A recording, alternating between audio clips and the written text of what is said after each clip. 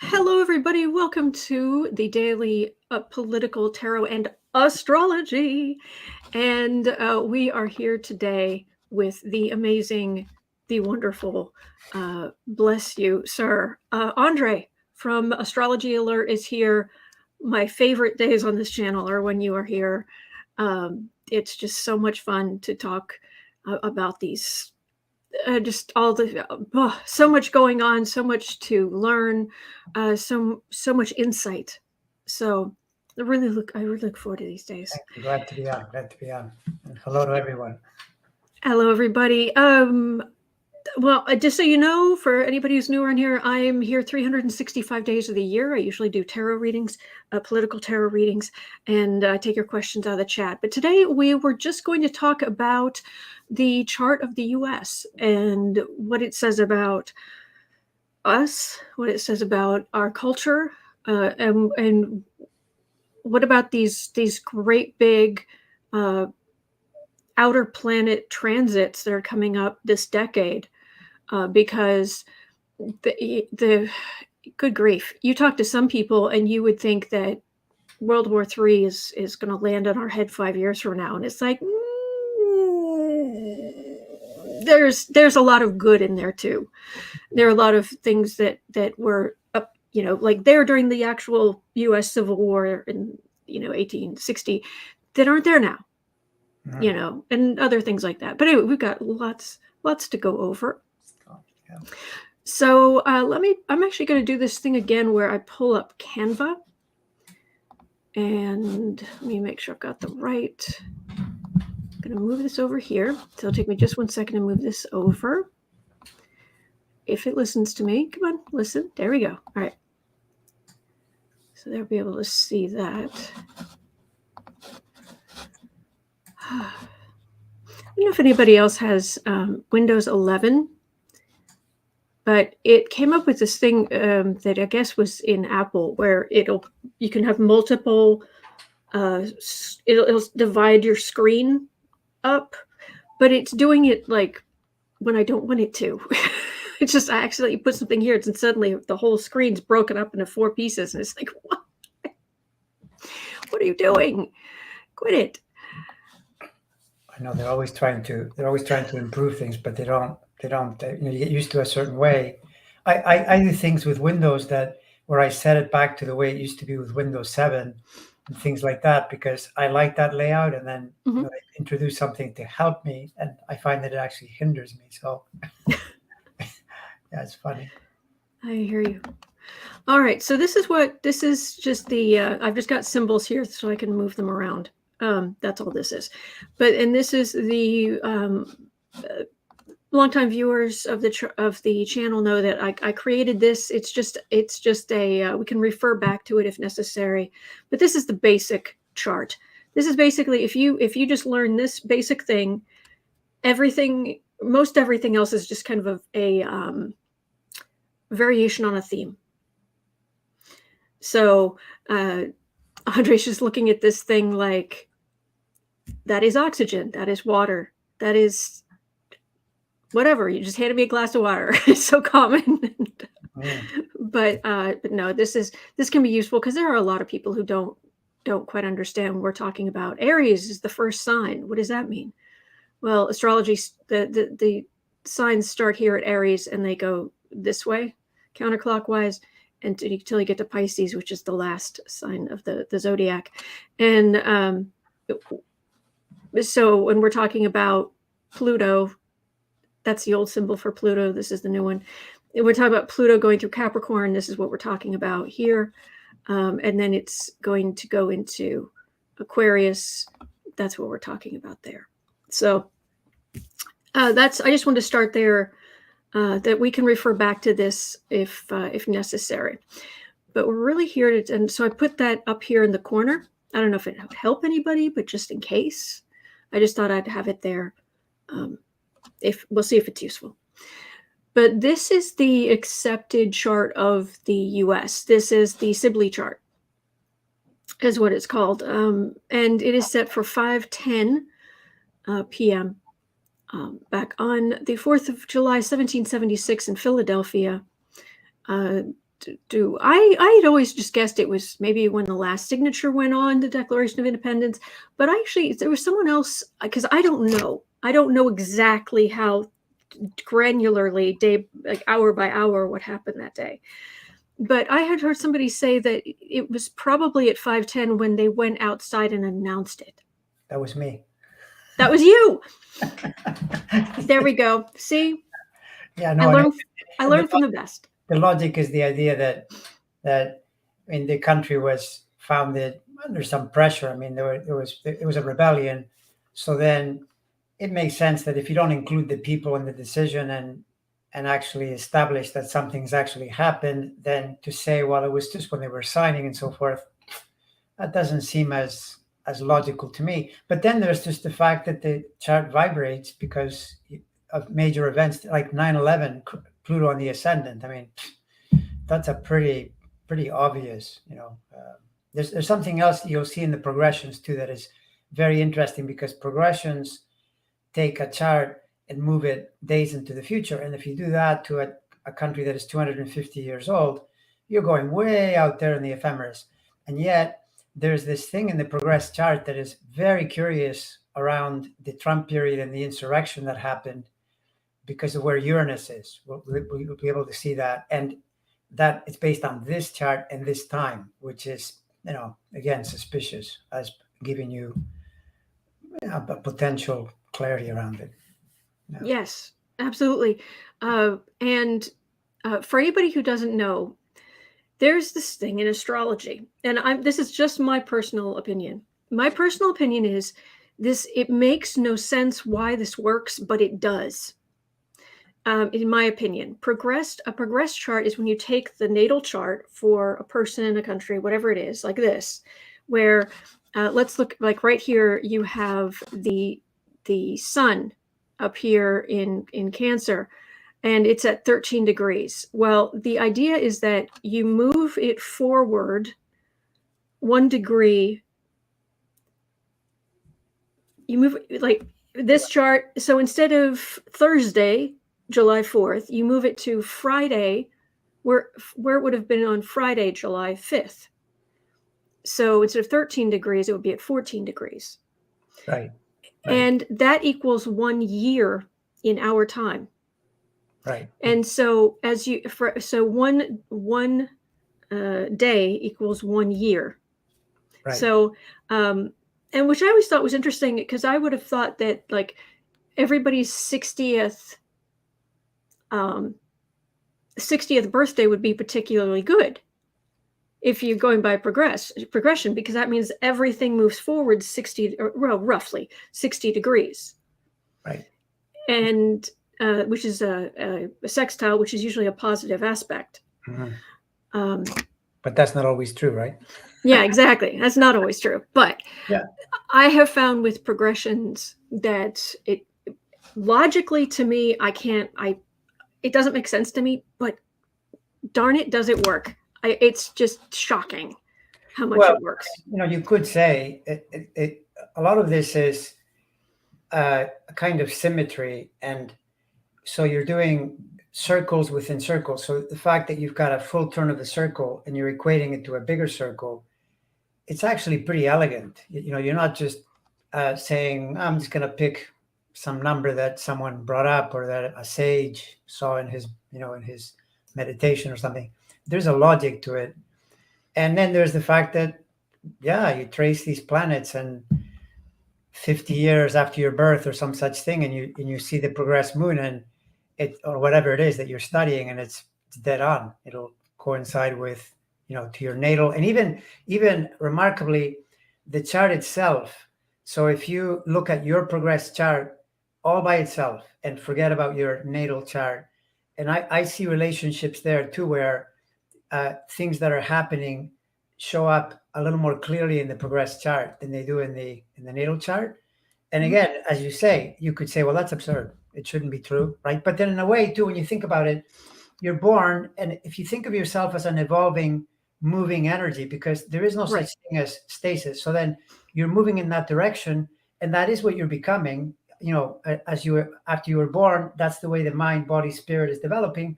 So there's a logic, and it's supposed to be astrology, like the word logical is in it. To a strict scientist, they'd say, well, you're reaching, you're making it up. Yeah, but we're not. They weren't invited today. They're not invited today, Right. because we're talking about this. I just wanted to. Actually had my my own chart up here because I just wanted to show people if they're wondering, like, what are you talking about? So here, let me show you this. I've got this. This is a symbol for the sun, and I'm guessing you can see this. Okay, this is a symbol for the sun, and my sun was right here. It was right here at 13 degrees 52 minutes, basically 13 degrees of Scorpio, as that symbol is, when I was born. Well, let's see.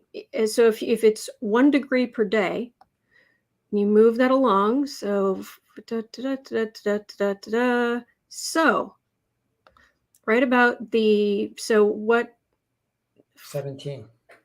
17. With the switch to roughly. I mean, it's roughly right around there. Yep. Yeah. What happened right here as the sun moved, the progressed sun moved into Sagittarius in my chart, I moved overseas.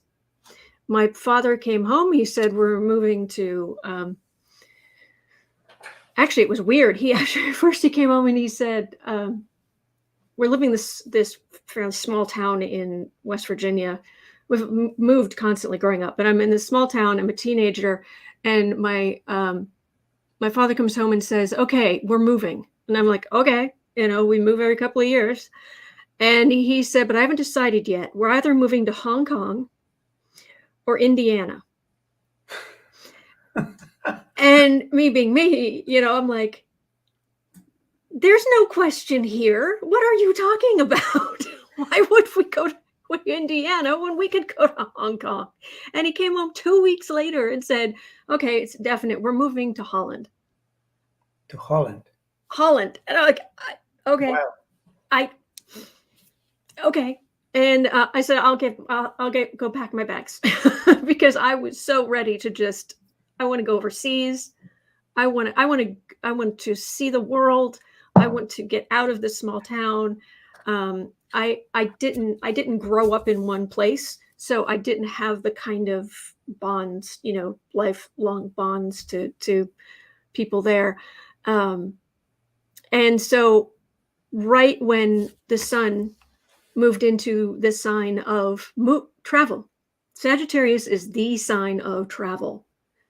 And foreign countries, any kind of international. Yeah, that's the classic thing that astrologers, and you qualify as an astrologer, so do I. Anybody that does astrology can then report things, and this is how astrologers build this giant encyclopedia where they say, yeah, see, it keeps repeating. She gets a progressed thing, it goes in Sag, she moves to a foreign country, matches what you would expect. Exactly. Yeah. And then then the progressed sun is in a whole sign for 30 years. Right. So this is from 16, 17 to 47. 47, that kind of thing. So right around here, my progressed sun moved into Capricorn. Now, during this 30 years, I had gone overseas, I'd come back, I'd married an Englishman. So 7th house of partnerships, married a foreigner. And right here is right about the time we got divorced. And my son moves into the sign of Capricorn, which is the workaholic of the zodiac. There you go. You started a career, right? I started a career. That's really poetic. This is really great. Yeah, I started. I had just started this channel, and and I just really started working harder and harder on it, and then eventually, once it was a couple of degrees into Capricorn, I just decided I'm going to do this every day. Every single day, I'm going to be here. Excellent. And and in the afternoon, the creative sprints. Going to be there every day. And it's like, talk about the workaholic of the zodiac. So, and I will be here until, I'm assuming there's going to be a real emphasis on work for me for the, until I am 77. And then hopefully I'll be well enough off that I'll be able to start doing more, maybe charitable stuff is my hope once I retire. So when people are talking about progressions and what the heck does that mean? I wanted to give a real life example of what that can mean. So, all right, we'll go back to the US chart. So, right now, well, let's talk about the US, and then we'll jump back to progressions, because, like, for example, right now, the sun in the US, the progressed sun is in Pisces.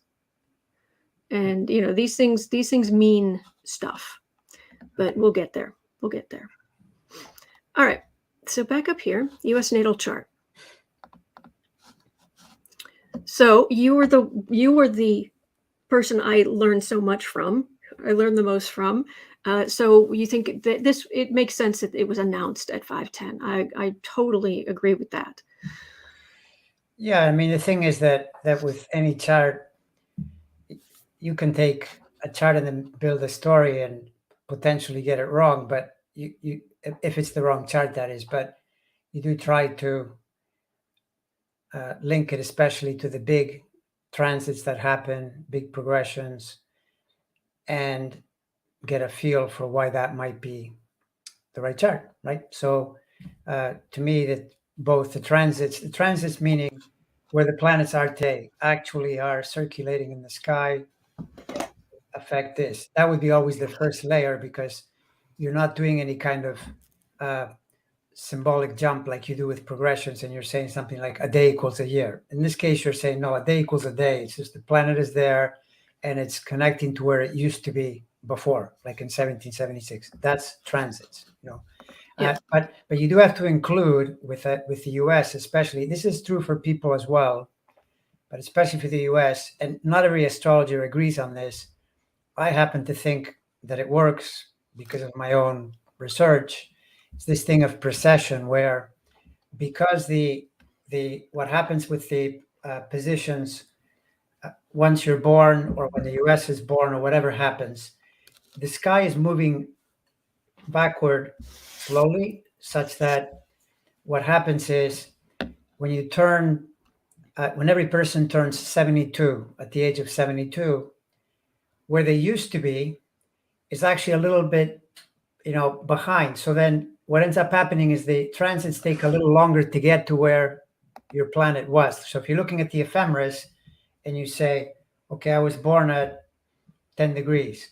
Well, the ephemeris tells you 10, but really you have to get to 11 to get the effect on your positions, right? So the reason I bring this up is that with the US, because it's 250 years old, now you're talking about 3 degrees, right, of lag. There's this lag where you're looking at these positions and you say, oh, the sun is 13. So then you look and you find relationships to 13 to see what the transits are. But if you correct it, it's more like 16 plus, where the action can happen. And this is where I remember when Trump got elected, it just became really obvious to me that at the time, Pluto was opposing 16, not 13. And I remember thinking, this is a really Plutonian event, because Trump comes in and it became very uncomfortable for many people. And Pluto is that fascist, authoritarian, along comes this person who is saying things like, only I can solve this, and things like that. And to me, it felt very much that way. And then now we're looking at another problem where the Mercury, look where the Mercury is, it's 27, right? So Pluto is past that Mercury, or sorry, 24. It's 24 in the chart, right? But if you look at where Pluto at 24 was already causing plenty of problems. But if you put it to 27, that's more where Pluto is today. And there is a feeling that this situation that's happening with Ukraine and the danger of nuclear war and all these crazy things bring in that opposition to Pluto as well, because Mercury rules the US seventh, which is the house of open enemies, right? So you can easily transfer that to a foreign enemy and, Okay. explain I'm why. afraid I understand what you're saying, but I don't have the charts up that would include that, I'm afraid. Yeah, So no, we'll have to talk about it. yeah, you have to mentally but Okay. long story short, just to say that this chart is still under the, let's just summarize it by saying it's still under the spell of the Pluto opposition for sure, right? Even Oh though yeah. it's still there, even though the latest planet is 24, Mercury, right? And Pluto's already at 28, it's kind of getting near the Mhm. end. I still tie it to this chart being, it's being really active, including the current conflict that we're experiencing. I'm going to totally agree with that. Yeah. So in talking about the US itself, let me pull up one of my handy dandy lines and shapes. Circle. Because that's kind of how we talk around here. We'll just make it. I don't want to make it. We'll make it pink. No, blue. No, purple. I don't know. All right. There's a circle. That's a circle. There it Yeah. is. The ascendant. The ascendant for the U.S. This chart, for anybody who is not who's not familiar with the way this is done, and they would say, why isn't the ascendant right here on this line for the right here? It's because this is the way this chart is set up is for whole signs, and I didn't use whole signs until I started listening to Andre, and so many charts suddenly made so much more sense to move the beginning of that.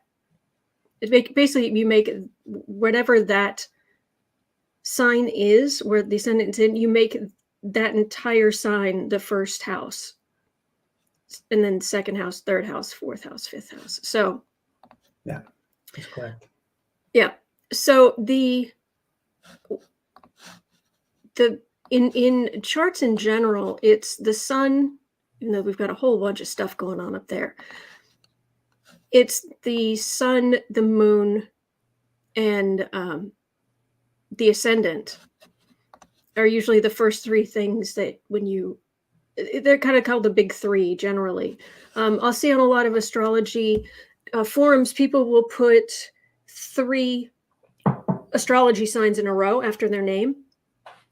And it's sun, moon, ascendant.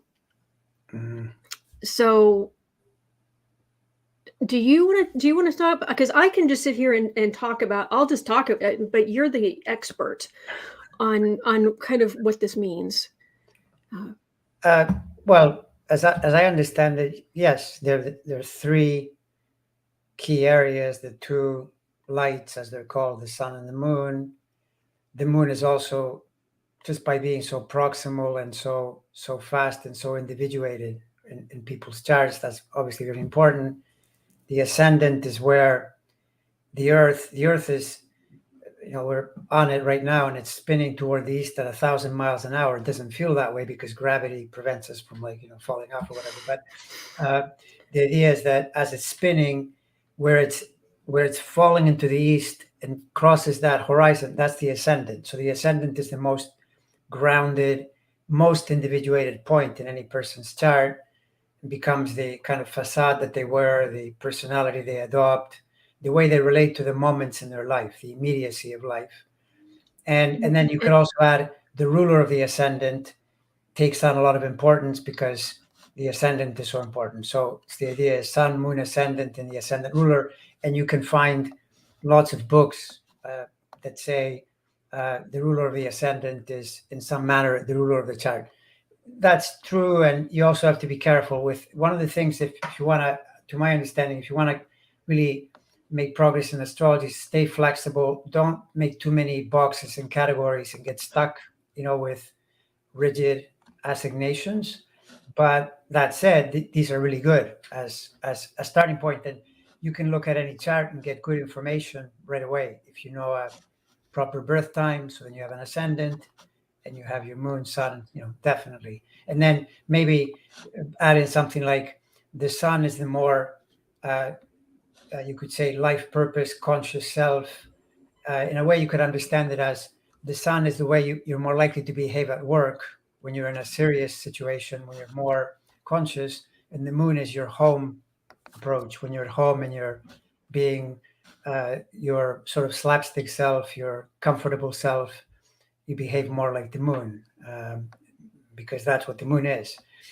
And then all of that is tied together with the ascendant as the filter, the way you it colors the sun and the moon both, right? And then you can get some really interesting, connections, because you could get, say, for example, say a person is a fire sun and a even a fire moon, let's say, and then so you expect a lot of energy and enthusiasm. But then if you put a water ascendant in front of that, then there's this reserve that comes into the picture, or even sometimes timidity or shyness, even though you've got fire, But you'll have to play with that and try, kind of gauge what's going on with whoever the person. Okay. Because what I was thinking of here it was a really interesting video I was watching recently, and he was talking about how. By the way, I put the sun symbol here just because everything there's so much in this area that it made it very, very small. But that's where the sun is in the U.S. chart, but it was talking about how, since the sun is at 13 degrees here, and if you think about the opposition would be here. But if you go in 30 degrees in one direction or the other, you get what I call it inconjunct, just because I find that the word you use, it can get muddled in English. Yeah, quincunx, I And know. it quincunx, and it ends up sounding just slightly rude.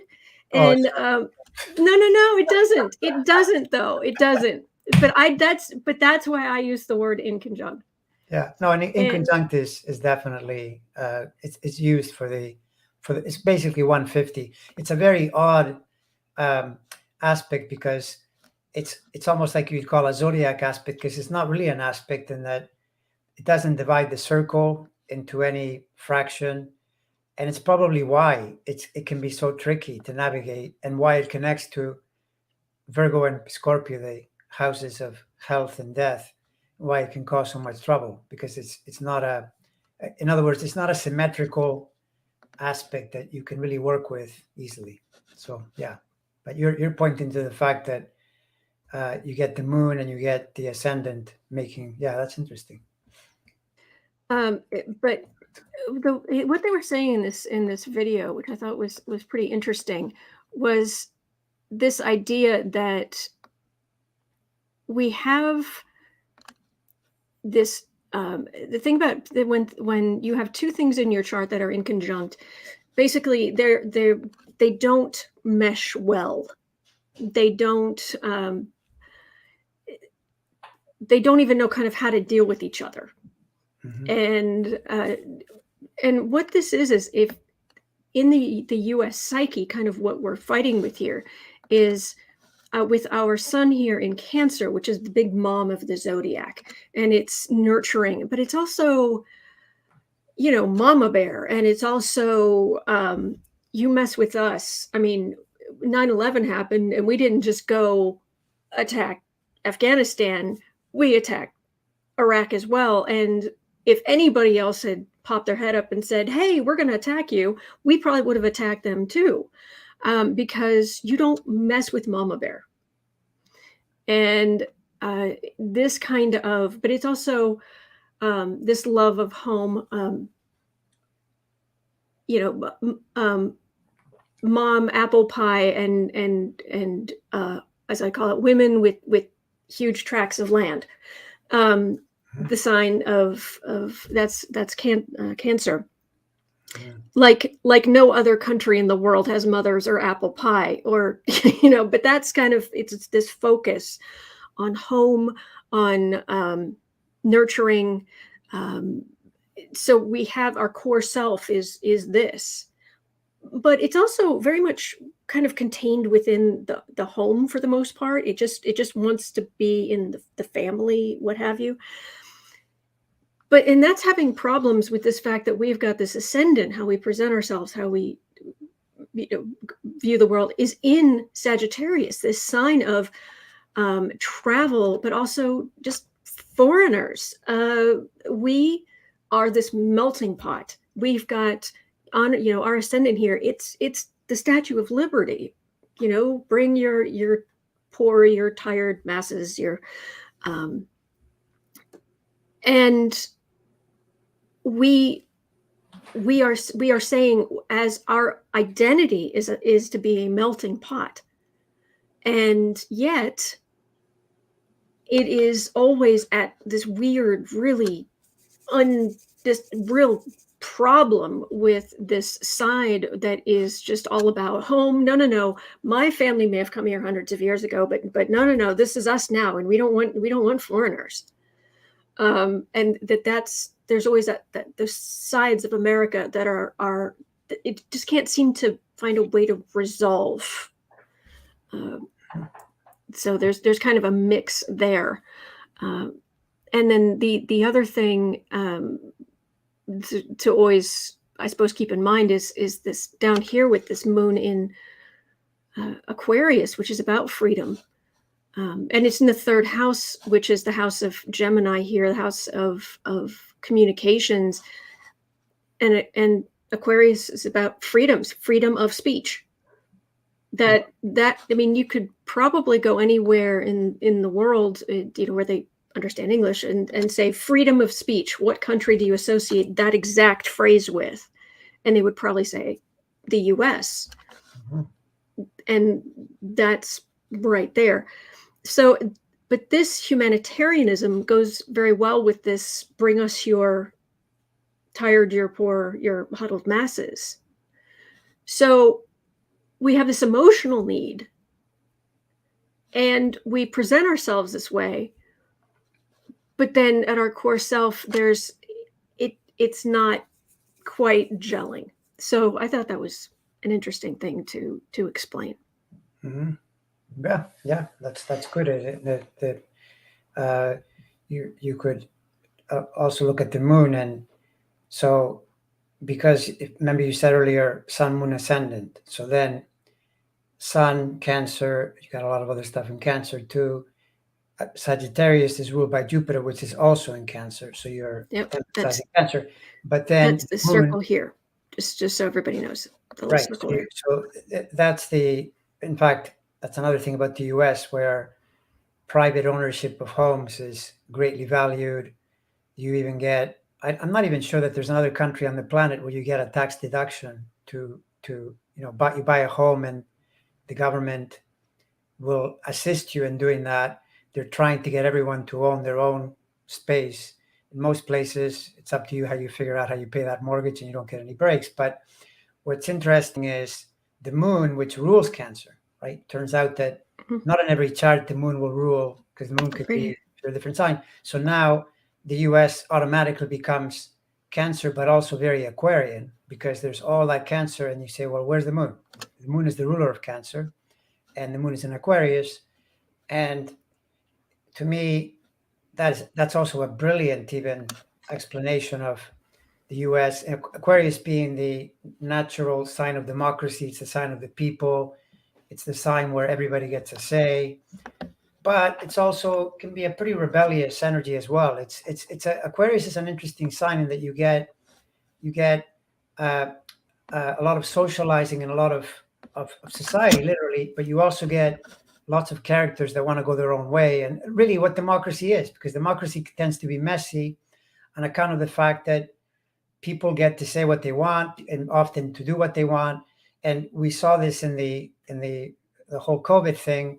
It exposed the weakness of democracies because they're telling you something the group together is saying, hey, these vaccines will help you, and people say, oh, I don't want that, that's not, so I don't know if you saw that or heard that Freakonomics podcast where they were saying that nationality is the best determinant of the way things happen, better than any other marker. And they were saying how the US is the most independent, the country with the most independent approach to things, but it's also the most innovative, Aquarius. So what they were saying is it's the country that discovers the vaccines and then people won't take them because they say, that's, you're telling me what to do. I'm not going to do that, right? Which I thought was pretty hilarious, but it really describes the American psyche. The other thing about the US, and this is I think something that is crucial, is that if you say Sagittarius rising, then one part of Sagittarius is exactly what you said, the Statue of Liberty, also the freedom-loving energy of Sagittarius. But then you put the third sign becomes Aquarius, right? So now you've got Aquarius emphasized by the position of the moon in the third, and then you've got the sun rules the ninth, right? Because the sun is in Cancer, but it rules Leo. So you see that 3-9 is really emphasized by where the moon is and the sun rulership, and Sagittarius is itself the natural ninth sign. So you're getting a lot of movement there, a lot of pressure, or a lot of correlation. And this is the sign of media. And to me, the US experiment, what makes it possible is the media. People are always complaining about the media. The US media is by miles the most important factor, as I understand it, in keeping the US together, because the media tells you the truth. What do these countries do everywhere else? Is they're always trying to prevent the media from telling the people what is really happening. China, Russia, right? And in the US, the media is really, really strong, and God help you, right? If you're in the political world and you start to mess around, some reporter somewhere will figure it out, put it out. And yes, there will be excesses, but as a protecting force, it's super important. And I think it keeps the democracy going. And, whenever people say, well, the US is terrible, blah, blah, blah, it's the oldest democracy in existence. And keep in mind that the US was formed right around when Uranus was being discovered. Uranus is the co-ruler of Aquarius. There weren't many democracies before that, right? Democracies, like prior to that, there were kings and barbarians and, and conquerors or whatever. That's when there was ancient Greece. It's true. Way back when, who knows? That's an experiment that didn't continue. But from the 18th century, you see democracies coming online. And the US, in a way, set the tone. It started this experiment, and then other countries followed. I mean, Britain at the time was fighting with the US when this chart was, when this chart starts.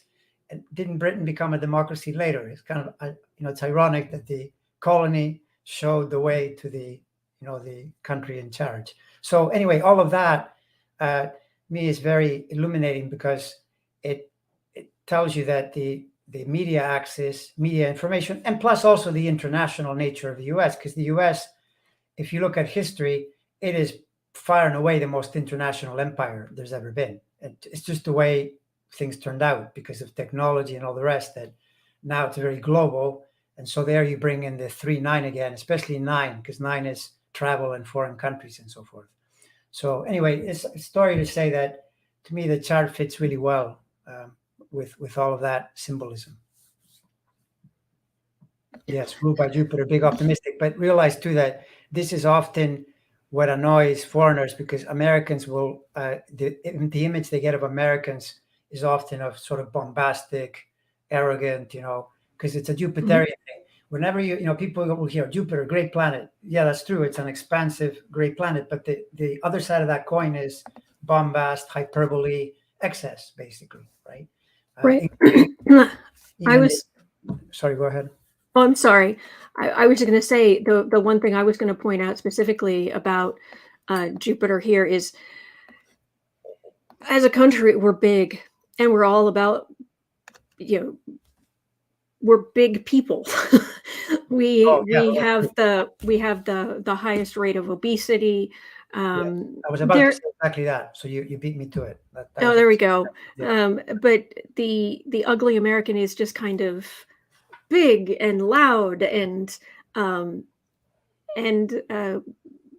of you can't really miss it. It's not really a blending kind of. But there's also the side of Jupiter that is Bacchus, Yes. Bacchanalian, uh, gluttonous, Yes. and Exactly. that's. And I just want to say for the record, I'm not saying that people who are overweight are gluttonous. I'm not saying that. No. There are whole different people come in all shapes and sizes for all different reasons, and that's great. That's all I'm saying is that um, we don't. But I'm just saying we don't go overseas, and people are expecting us to be prim and proper and quiet and sober, and you know. So I think you're speaking of it in a more systemic way. It's more like you're observing patterns. It never gets into a judgment thing. It's just the observing of how these planets work. So I can tell you for a fact, I mean, this I've noticed in me repeatedly, that Jupiter does not like working. Jupiter likes indulging. So Jupiter comes in and you start to drift into, richer foods. It's got that quality, whereas Saturn is the one that cuts off that particular energy. And that's just the way planets work. It's not a judgment thing. You could say it's a way to do self-study, to get to know yourself and understand, okay, well, now I'm under Jupiter and I'm under Saturn.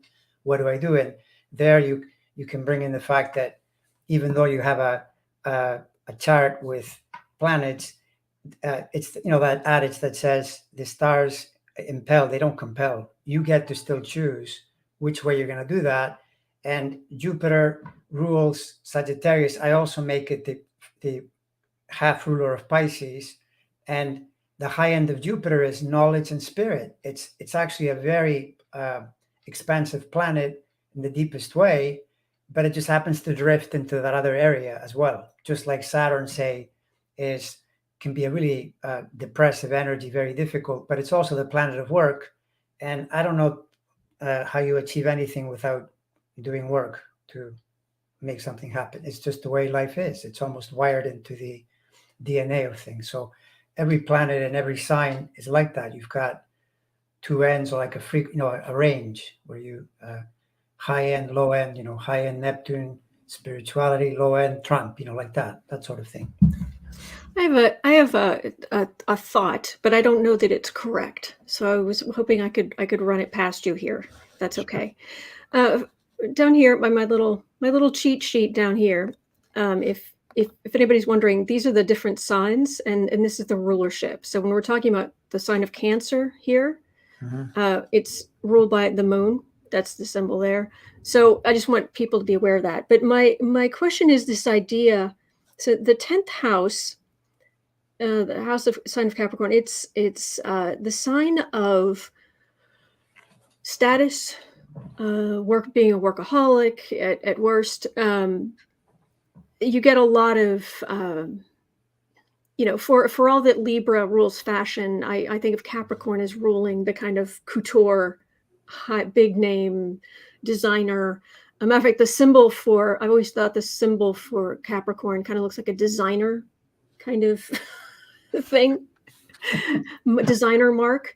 So it's your 10th house that is going to talk about your status, how to gain status, how you're going to, do these kinds of things.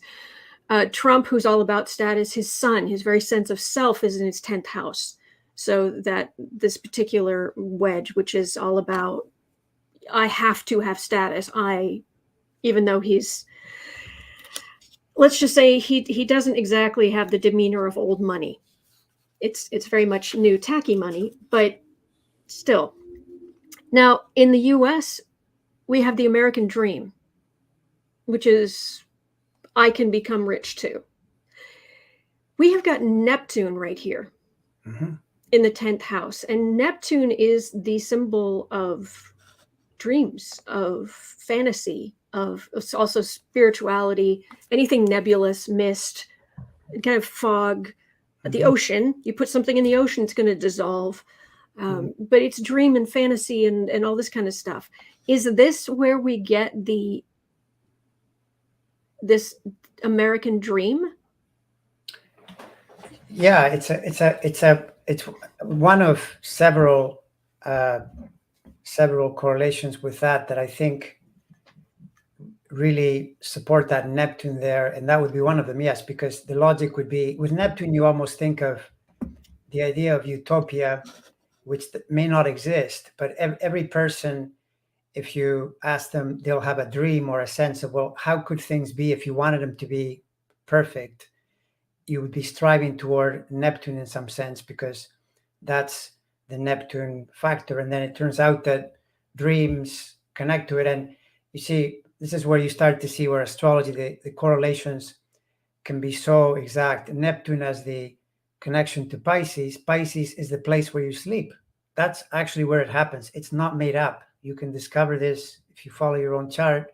When things go through the 12th sign, whatever it is, well, the natural 12th sign is Pisces, therefore it's Neptune.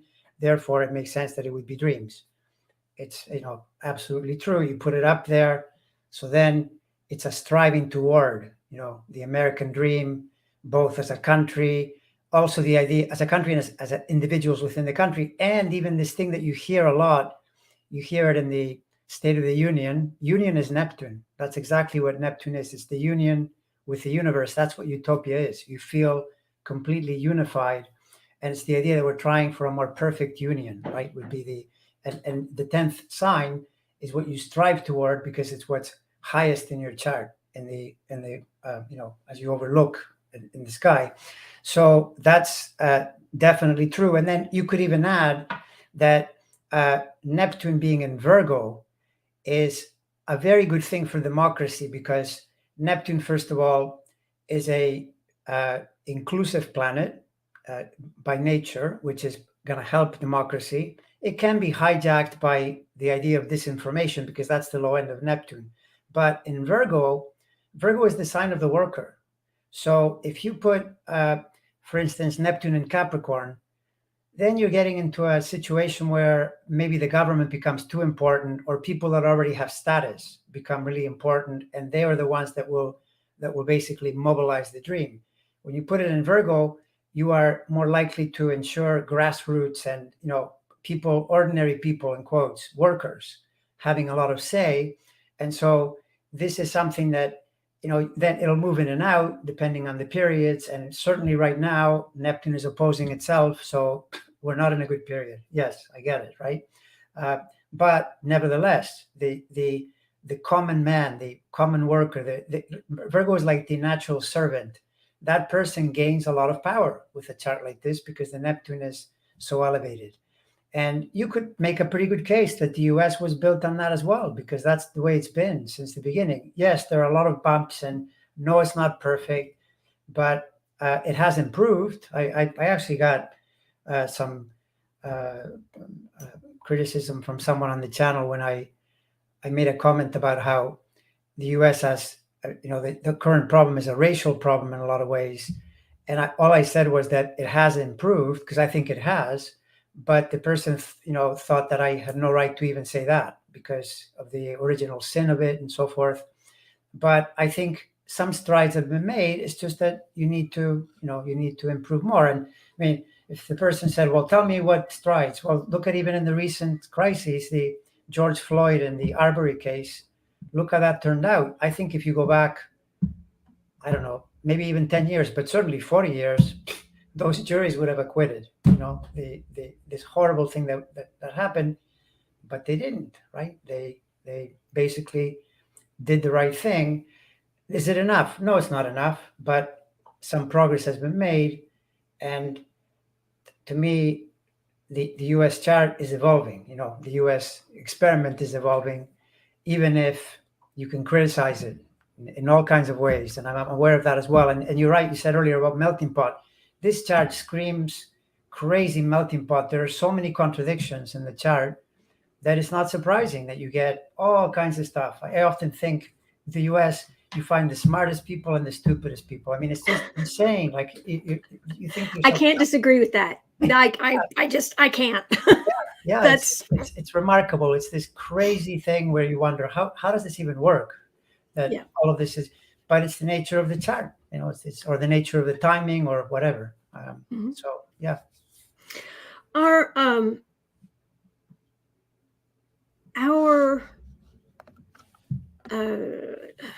well, how do I put this? Okay, so how do you think that Mars over here is our Mars is in Gemini. Mm-hmm. And Gemini down here for the Cliff Notes version, this is the sign. This is the house of communication and transportation, that kind of thing. Yeah, And I was right of that. Mm-hmm. so that's what Gemini rules. Mars is usually, it's the main ruler of Aries, which is the first sign of the zodiac, the warrior. That mean both Aries and Mars are names of gods of war. So taking action. So how do you think uh, how do you think this Mars in Neptune is uh, Uh, appearing? I mean, multiple ways, but like, I'll give you an example of really neat symbolism of an actual fact that, again, I think verifies this chart. So, in any chart, if you want to look for the entertainment house, is the fifth, right? And the fifth in the U.S. chart is Aries, and this you can verify for yourself. Look at enough charts. It is the place of entertainment. It also rules romance. It rules, but for example, the fifth, Leo, is where you go gambling, right? Or um, sports, right? Sports, the sports in a country. Mars is in Gemini. Do you notice that the US is singular pretty much in the on the planet in that hand sports, right? More are dominant. Most of the planet is foot sport, like soccer is way more dominant. In Oh, the I US, never thought of like that. You're right. go Even our football, football basketball, isn't. baseball, like everything is with your hands, right? And this is classic to Mars and Gemini. If you put Mars in Sag or you put Mars in Pisces, then you get the it's more of going to be a foot thing. Now it is called football, but they throw the ball. I mean, they do more throwing than they do kicking. So this is an example of that Mars. But then when you put it in the seventh, like that, you automatically get this feeling that this is a pretty combative country. I mean, by the way, what is the favorite word of politicians? We're going to fight for this. We're going to fight for this. I mean, how about we're going to talk about it and try to come to a solution? It's always How about we're going to negotiate for this? we're going to fight for this, and then the U.S. is a very warlike energy. I mean, if you get it, the U.S. will either declare war on you or defend itself pretty viciously if need be. This is classic, having Mars over there on the other side, the seventh, the enemy. Now remember that charts, they are. If you say, well, the seventh is the other, that's true, but it's also you in a sense. It's the way you function as well, and the way you relate to other people. It's your style of relating, let's say, right? So both, because that Uranus there is in the same sign, so it's part of it as well. But the Uranus just has a lot of independence, whatever. It's going back to the Mars. There's all of that, and notice that it makes a square to Neptune, right, in the sky at that time. So that immediately tells you that whole utopia thing that we talked about. Neptune is reaching for the dream and so forth. It's a constant argument as to what that means and a constant combat, because you have people who think, for example, it should be a more inclusive European style democracy, and people who think the complete opposite. And it's a constant argument. And when you trigger it, like right now, Neptune is at the bottom, they're opposing the Neptune and squaring Mars. Well, then the disagreement increases, right? Versus, for example, remember that we talked about this, I think, in the last time we looked at the US chart, when Neptune was in Virgo during this Second World War, then the conflict was directly with an external enemy, and the country was unified in responding to that. People were not saying, I don't like Alabama, or whatever it is. I don't like the way certain people are seeing this. It was just one people responding. Now there is internal division because of where the Neptune is, and it's triggering that Mars. Now, by the way, interestingly, again, isn't it curious that Trump has his sun right where that Mars is? I mean, this is classic astrology, where you realize this is why astrology works, because that's what Trump is. Trump is turning on the Mars and creating anger, a Mars word. He comes in, he's an angry person, and he's stimulating anger and division, right, through that square, and happens at the time, right, when the Neptune kicks in. You could easily argue that Trump is a very Neptunian person. He's like a world-class liar. He's taken the Neptune to the extreme low end, right? And all of this correlates with the crises. You could almost call it the Trump crisis. All of this happens with this simultaneous, transit effect mirroring back why the chart is likely to be accurate. So yeah, that's a lot, but that's how I see the Mars. And wait till we talk about the Uranus there, then it almost gets a bit dicey because of how that Uranus is. It, like, how the ascendant there, you've drawn it, so that Uranus is just below the line. So it was 9 degrees almost, and the ascendant is 12. So it was just setting at the birth of the country. I'm sorry, I'm a bit confused. We're talking about Uranus here? Yeah, no, I switched to Uranus to say that because that whole talk was about Mars in the 7th. Right. But Uranus is also in the 7th sign, right? Yes. And Uranus at 9 degrees was just below the horizon line at the birth of the US. Oh, okay. Right. And that's that effect where you have to picture moments before birth, what crossed the line. And what crossed the line was Uranus, because about something like 15 minutes before, like at 4:53 p.m. or sometime like that, before the declaration of the country, Uranus crosses the line, and the planet that last crossed the horizon line imprints the national psyche. And the same with a person as well. If you do a person's chart and you see a planet right next to the line below it or above it on the ascendant, the way you thought your Saturn was, that makes the planet much stronger, much more dominant. Hang on. We're gonna because I showed you guys this earlier. We're just gonna nip down to here so we can talk about this just for a second. Don't need that at the moment. Right here. Okay, that's my Saturn. It was just underneath this ascendant descendant line. Normally, the way charts when you're not doing whole sign charts, the ascendant descendant line will be this line, this horizontal line through the chart. Mm-hmm. And so it makes it easier to picture planets above or below. But I've got two things here that are, I've got this stellium here. Mm-hmm. Whoops, wrong thing. So because the ascendant is at 4 degrees, all of these are below correct that ascendant descendant line. Correct. So what does that mean? See, what it means is that the Venus, Neptune, Mercury, all three, mm-hmm. are very dominant in your personality, because prior to your birth, the ascendant line crossed those planets.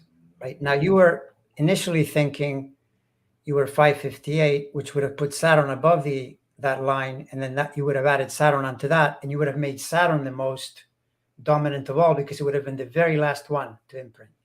As it is, Saturn this way is actually less demanding than, and the other three are more. However, because they're closer to, because they last imprinted, like in the motion, because okay, in the womb you got Venus, Neptune, Mercury, then you're born, and a few minutes or like a minute or two, then you get Saturn. That's the thing. Your Saturn is so close to your ascendant.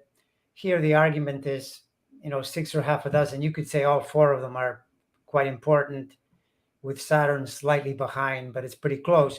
But say this Saturn was like at 10 degrees, then these 3 would be much more dominant, right? Okay. So But you thought before you thought your ascendant was 5 degrees, which would have put Saturn above, right? Right. So bottom For line, anybody for anybody who doesn't know, for years and years and years I thought I was born at 5:58. It turns out I was born at 5:53, and I just found that out. So it has made not a huge difference, but it made some difference because it moved that Saturn on my ascendant. It moved it underneath yeah, the ascendant rather than slightly above it.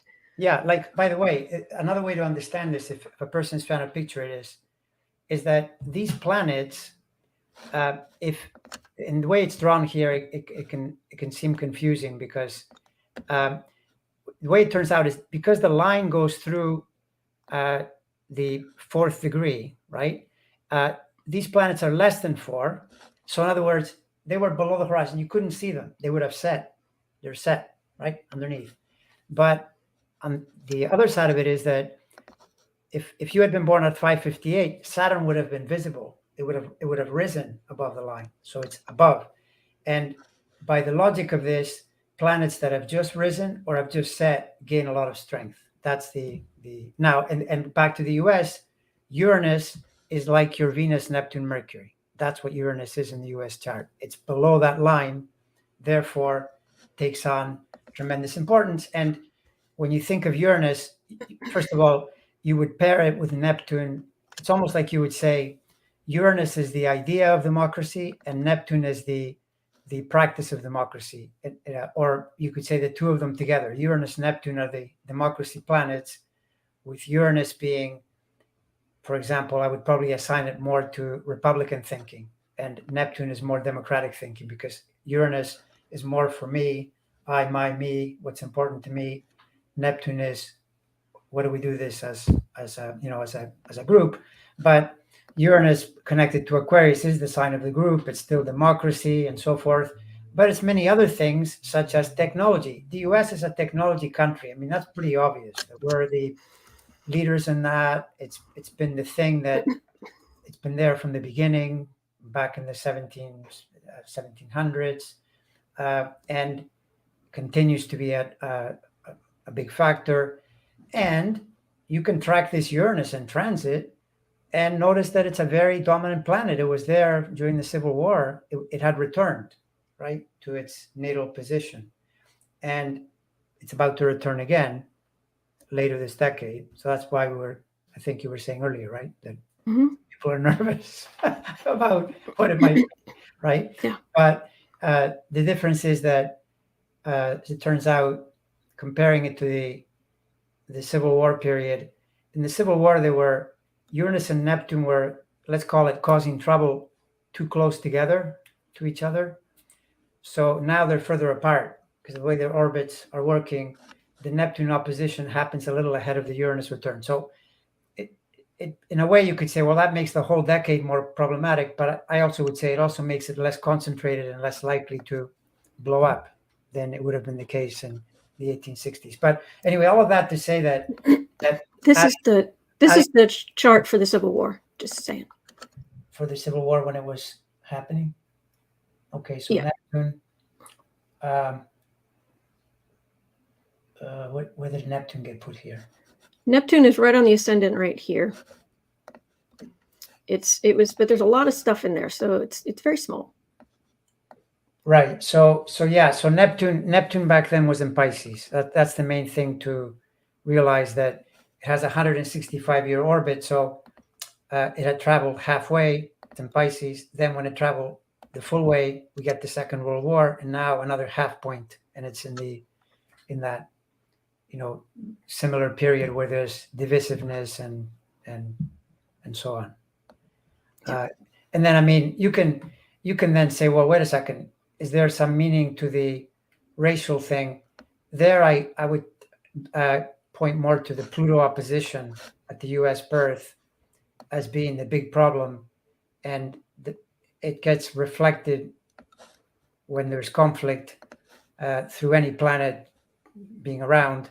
But I don't know that I would pin that on Neptune as easily as I would on Pluto. The idea of, because racial issues are subjugation issues, and subjugation issues are Plutonian for sure.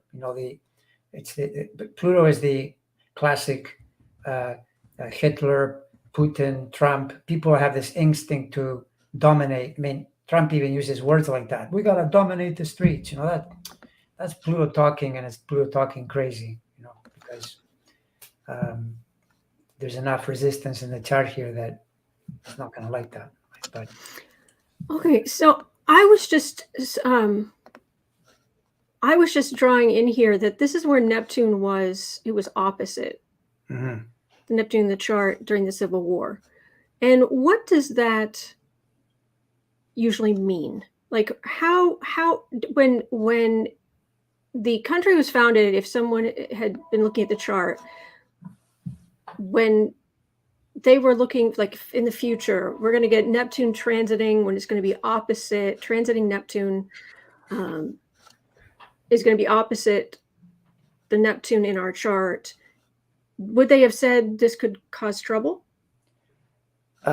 Well, first of all, I'm really skeptical. These people that say things like they say the original founders were Masons and they did astrology and stuff like that. I'm deeply skeptical that they would have any idea about any of these cycles. But say you had an astrologer. Oh wait, what am I saying? They didn't know Neptune existed yet. They didn't know that Neptune was there. That's correct. Oh, That's duh. the other thing. Yeah. Sorry, I'm a little slow today. It was so called. No, but okay. But your point is still well made. Say there were. Let's look at astrologers. Let's say there was some astrologer looking at this, and maybe an astrologer that was so advanced that they knew about Neptune, which of course is crazy. But let's say it was true. Yeah, they would say, okay, looking at it and they're going, oh, there's a square. Yeah, they'd be able to say when Neptune gets to the opposition or a square, it'll trigger certain events, certain states, certain emotions, and so forth. Yeah, that's exactly it, because that's what happens in individual charts as well. It's true. Yeah. Okay, because Neptune was here during the Civil War. Mm-hmm. My understanding is we had a Neptune return in 1939. Yeah, that's the Second World War. Neptune, it was here. I'm just going to put 1939. Well, actually, you see, then you can get into another thing as well, because if you're looking at just the degrees of the return, you can miss the entire sign. And so if you say 1939, Neptune was in Virgo all through the 30s.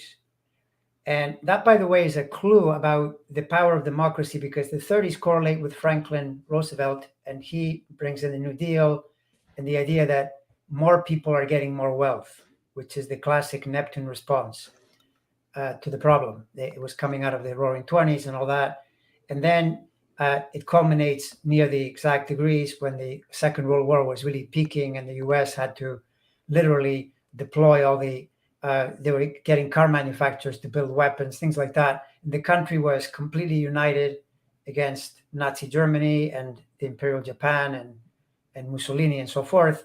That's Neptune in Virgo. But now, what you say, we're in the period same as the Civil War. Neptune is down in Pisces. Right, and it's going to. Oh, where was it? I had it. I have many pages highlighted here. Neptune. No, that's about Neptune entering Aries. Well,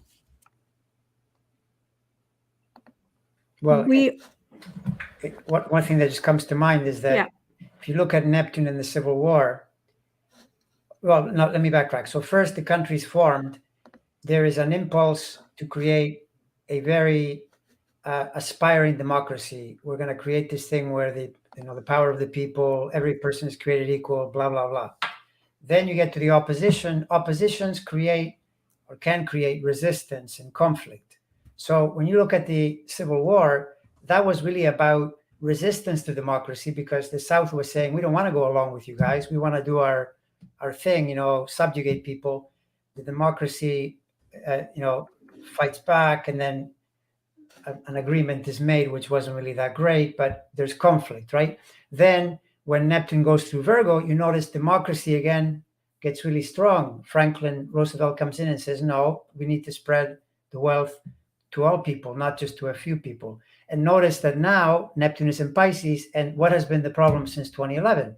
The very problem that we had in the Civil War, because there's a lot of resistance by the Republican Party to the expanding, entitlements, and to the expanding the idea that the Democratic Party is more interested in providing more benefits and providing, things like healthcare. I mean, healthcare, Obama brought it in 2008, but really it didn't get implemented until Neptune went into Pisces, right? So it's this idea that there's this clash between, do we have more people enjoying this, or do we have less people? And that's what Neptune is doing again. So I think it does reflect quite nicely, what the.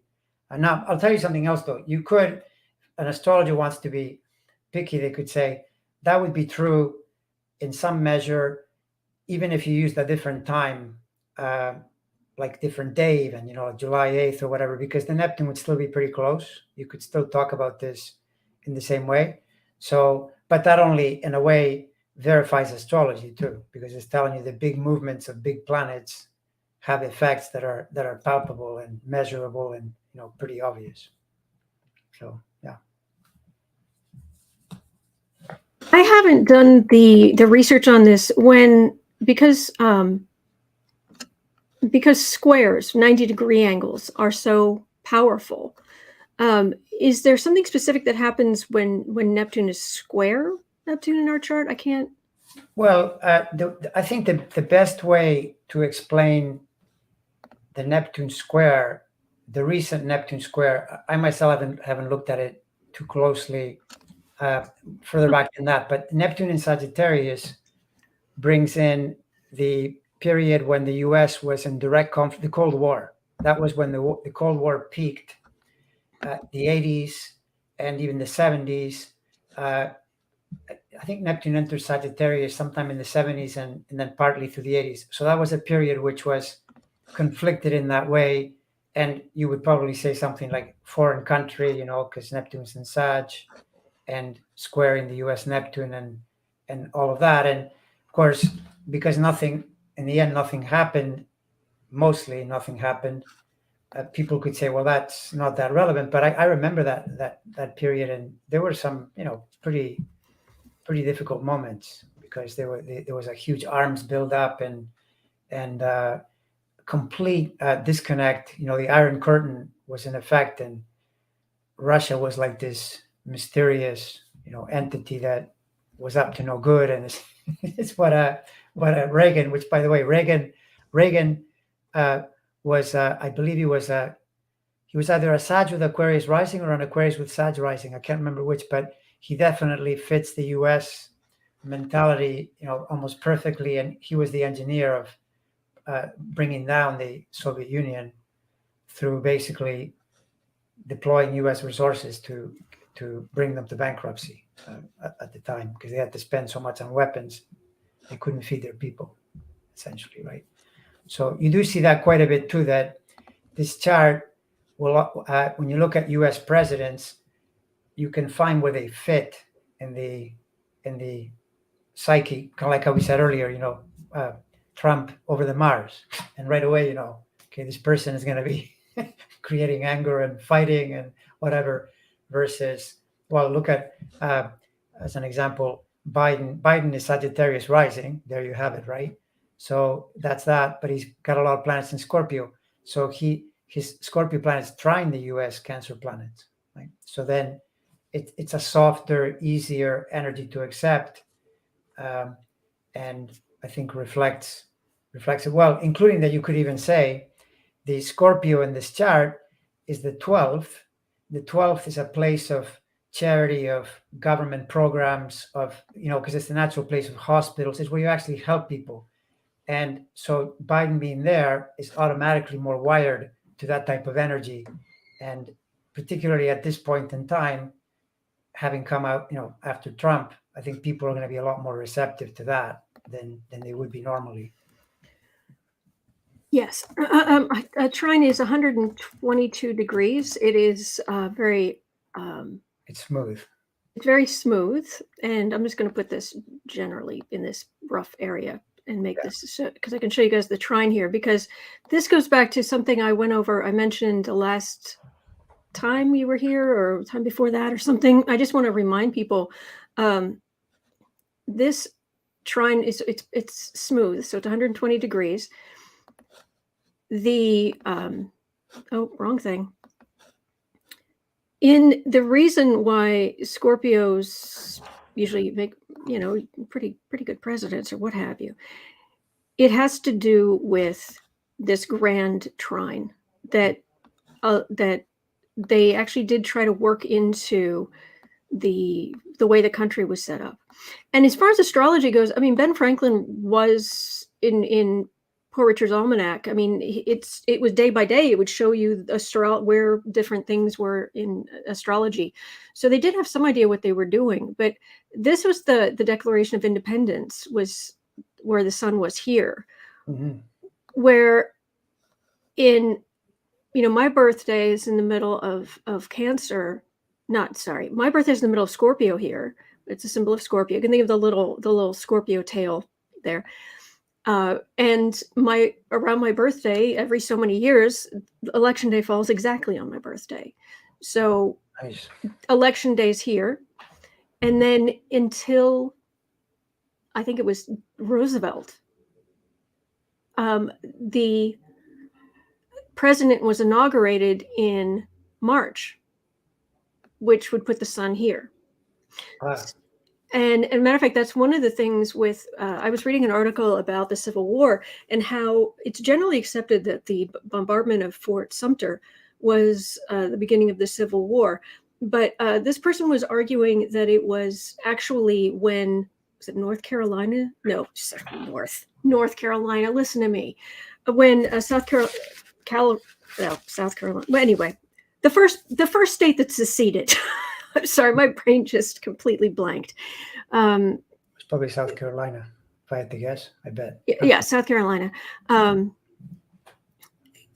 So it was back then because, and that wasn't until that was actually in December. And one of the things about that is looking at all of this stuff happening around the beginning of the Civil War, is that Lincoln wasn't president yet. He had been elected here in early November, but he wasn't sworn in until March. Interesting. That's interesting. So the possibility that, I mean, if That's December 20th would have put the sun sort of here, if that was then. But you've got to remember this great big lag that was here. So that makes a lot of sense. Yeah, that's and you're bringing into the water, the houses 4, 8, 12. Not only are they American planets in the 8th, but the fact that the 4th would be the homeland every time, and the 12th to me has a feeling of the people, including the administrative part of the government, because if the government is Virgo, the third sign from the 10th is the natural third. It's where you're doing all the archiving and paperwork, and you're taking care of government business, and so institutions fall in the 12th, and institutions in a way are the very thing that are running the democracy, and the whole voting process is in a way an institutionalized something that happens. So it makes a lot of sense that that it would be this way. Cancer, Scorpio, and Pisces become really important that way. Yeah. this is actually home. 4th house is home, and and the and I just find it interesting because the 8th house up here, I'm out of space, but the 8th house up here, which is this one, is really the sign of transformation. It's Scorpio, which is rebirth, death and rebirth, transformation. Mm-hmm. And if the Declaration of Independence wasn't one heck of a sign of transformation, I don't know what is. Yeah. Well, and by the way, that Declaration of Independence really points to that Uranus as the the final imprint, because that's exactly what Uranus is. Uranus is the declaration of independence for any entity, any person, anything. That's the purest Uranus. But the transformation, there I would almost say, it's what I often say to people, anything that doesn't kill you is good because it'll transform you. It's the Plutonian thing that you go through a transformation and you come out of the other side, you come out stronger, more together, and so forth. And the US is a country like that in spades. Jupiter, Venus, Sun, Mercury, part of fortune, everything is in there. So it's the idea of, I would almost call it like reinventing yourself, or you go through a period and then you figure out a way to do it differently, which is really powerful. I would say, though, the one thing that I think is probably the biggest danger to the eighth sign for the US is that that's the house of debt. And the US has a debt problem. And the reason the US has a debt problem is because the US encourages people to take on debt. So there is a kind of live beyond your means, and they've turned it into a business. I'm pretty sure, I haven't done this, I have to check this out, but I'm pretty sure that credit cards started here. I bet you anything that the first. I believe so. And it's like, I'm going to give you this plastic, and then you can go and you can do what you like, and then you can pay later, but it'll cost you money. And pretty soon you realize that you're enslaving people in a certain way. And worse, if the country is, at the moment, I think we're reaching almost 30 trillion of debt, even though it's a huge economy and everything, it's just not a great thing to do. And it can potentially put you in trouble at some point. And you would find that with the eighth. The eighth is the place of banking. It's the natural place of Scorpio, and Scorpio is bankers. It's a number of other things as well, but other people's money. That's the idea. And it's also where you take on debt. You borrow money for the purpose of expanding. Can have good uses, but I think that it has some limitations and some problems as well.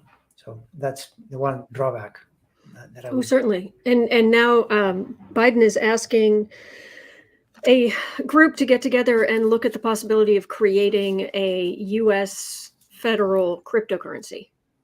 Really? Yeah, and it's like, oh boy, here we go. And with this Sagittarius ascendant, that's not going to help our big spending either. No, because you've got the big mom of the zodiac, who is Sun here in Cancer, who's going to want the big guns to protect her little baby cubs, and then you've got the ascendant in Sagittarius here, which is expansive and is going to be big. So our military is big. So yeah, that's true. That's true. Yeah, I mean, the one thing, see, this is where you go to the melting pot too, though, the incredible contradictions. This chart has Jupiter next to the Sun, Jupiter next to Venus, lots of Jupiter, Sagittarius rising, but Saturn is squaring the Sun. So that turns the country into a kind of working state. And when you examine the US mentality, it's in that sense, it's one of the worst countries to work in, because employers give the fewest benefits possible, short vacation periods, and people like working, and there's no problem that way. But still, as a functioning democracy, you would think that there'd be a little bit more largesse in that sense, and there isn't. But it also tells you that in moments of crisis, or as a natural quality that the country owns, as well as the capacity to sacrifice and work and so forth if need be, because the Saturn is very strong. And notice that Saturn is in Libra, which is the sign of exaltation. So that's a very strong Saturn, and it'll kick in and potentially save the day many times from all that excess Jupiterian energy. Because it's Saturn really is the I say it's the biggest, it's the big stick in the mud. It's it is not the life of the party at all. No, it is not. No, no, it's the death of the party. Yeah. Not political party. I mean this quite literally with let me just grab this. People know what I'm talking about. I'll put this up here. So Yeah, that's. I mean, you can even see it. Look how it's drawn. It's the notion of the crescent is below the cross. So the cross signifying work and suffering is above the crescent. Jupiter, the crescent, is above the cross. So um, the idea is that Saturn, you work for something that you then gain through the crescent, and Jupiter is the other way around, in that you enjoy it for free, but then you pay the price of the indulgence, so to speak. That's oh, I like that. I like that. Because I always thought of them as they're the fifth and sixth planet, but the symbols look like, to me, look like 4 and 5. Yeah, and that's actually the 4 is harder to explain with Jupiter. 5 I could fit into Saturn quite neatly because of the way 5 behaves in the angles when you do fifth harmonic. Oh, I understand. No, I'm just meant literally. It's just a mnemonic device I used to remember it. That even though they're the fifth and sixth planets, the symbols. True. What That's helped me just remember what the symbols were true. was the symbols look like a 4 and like a twisted up Yes. 5. True. So that's just something simple I remember. But I like yours is much more. There's much more meaning because you do the hard stuff. That's the one thing about Saturn. If you do the work, you will get rewarded. That is the one good thing about it. It won't make you just work and work and work for nothing.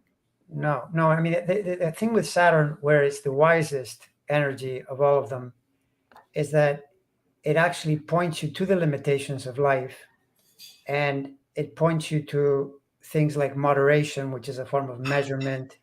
It points you to the value of doing something and then getting a result, and really valuing it. Because if a person gets a result and it's more spontaneous and there wasn't necessarily a lot of work around it, they often will not appreciate it or put it in its proper perspective.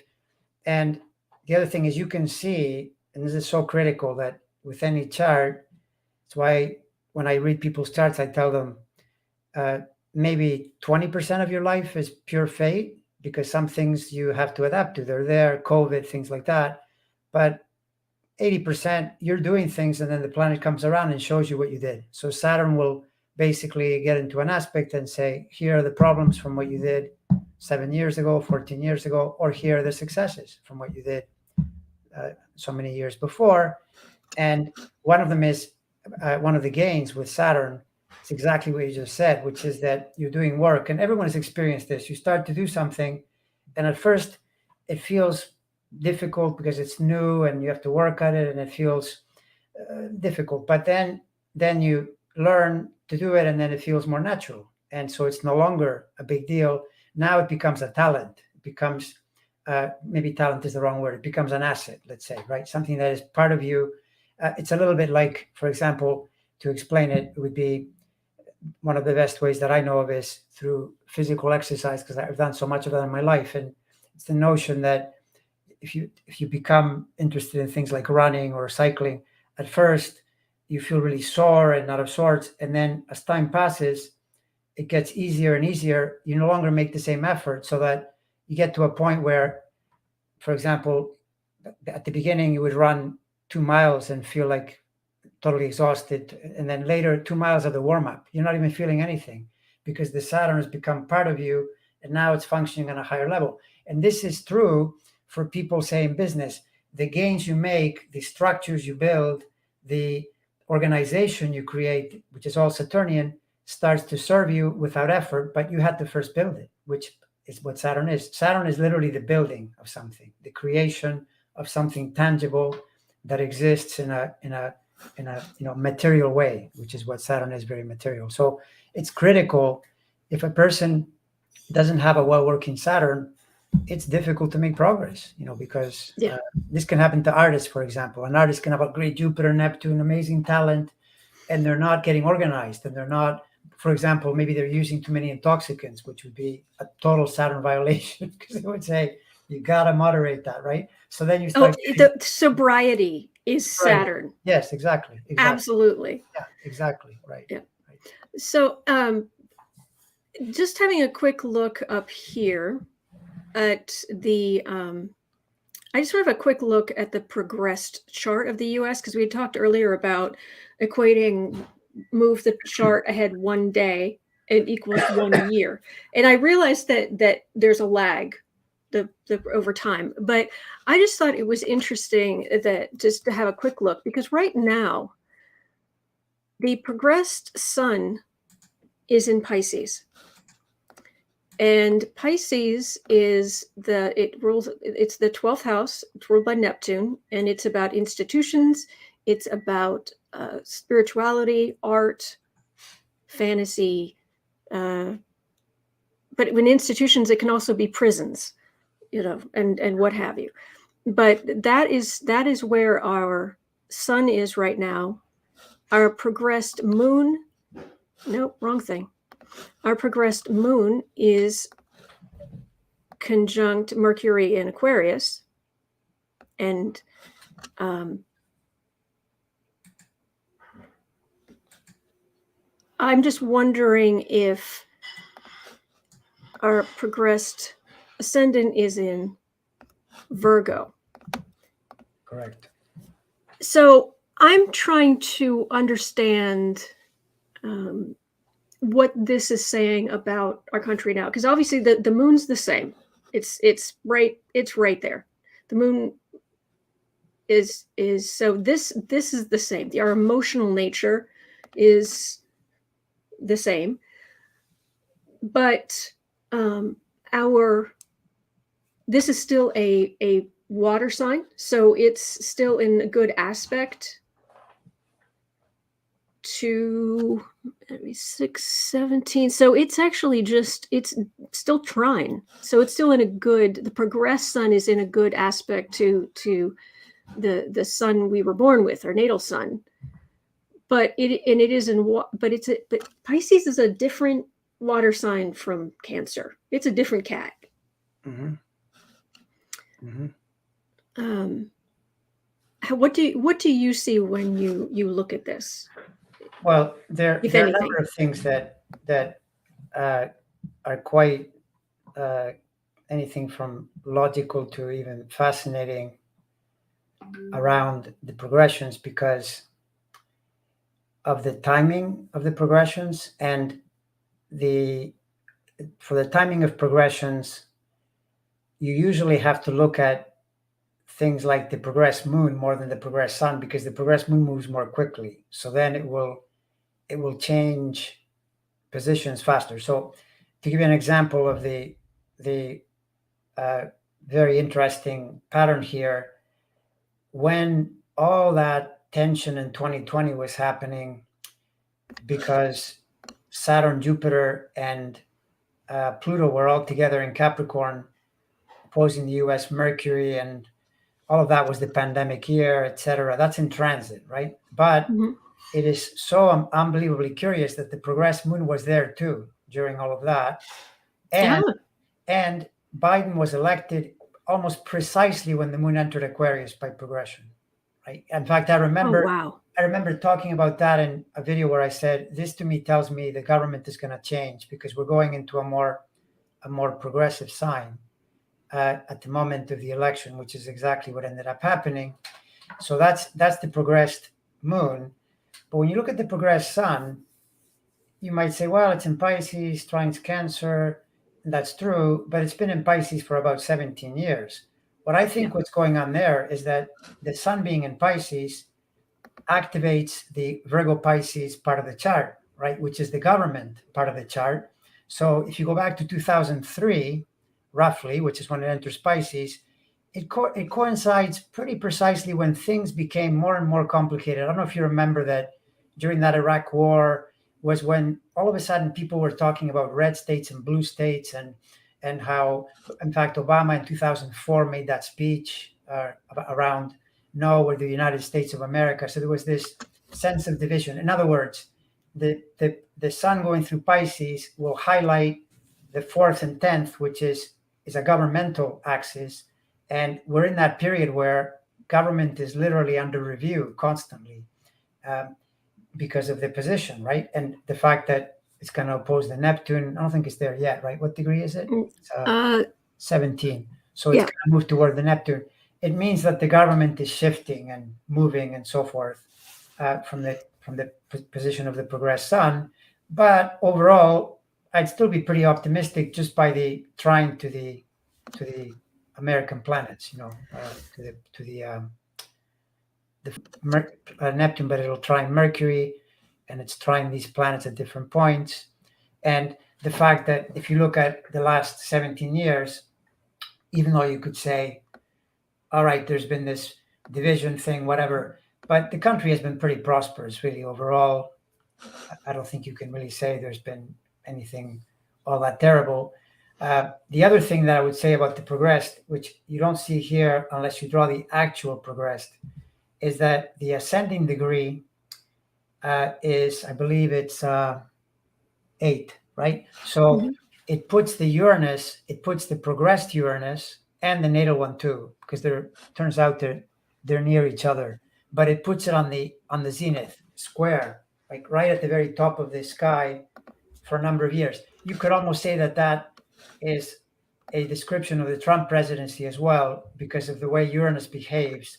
It's extreme rebellion, I, my, me energy, and the instability that it brings about, and the fact that we had an insurrection. I mean, if you want to look for a planet to reflect insurrection, Uranus, definitely. And the way you know is that the insurrection happened when Uranus was in a station in January of 2021. So the astrology validates it, right? And the progressed chart has this feeling of, wow, something revolutionary, rebellious is happening. And yet it didn't win out in that sense. I mean, they were trying to do something really crazy, and the overall democratic impulse held up. So there you could say that, I don't know, the Neptune resisted, or, something in the organic nature of the country was able to defeat that particular thing. But you also would say, yeah, but it's still there because the ascendant is moving slowly. It's still putting the Uranus up above. So there's this, among other planets that are working as well, there's this jitteriness in the air about where things are going to go next and so forth. Okay, so when the sun is going to oppose Neptune coming up 5 years. About 5 years. Yeah, which kind of goes. Yeah, I mean, you definitely could say, nah, it's a little dicey, because you take that and you put it together with it. That's approximately when the Uranus returns to its natal position, right? In the transits. In the transits, I believe, let me check my trusty ephemeris. Well, I've got the transit chart for right now here, and Uranus is in. Yeah, Uranus returns in 2027, and the progressed American sun opposes Neptune in 2027. So that's an example of two major things coming together at the same time that signify something. Okay, 2027. I'll make this bigger. Let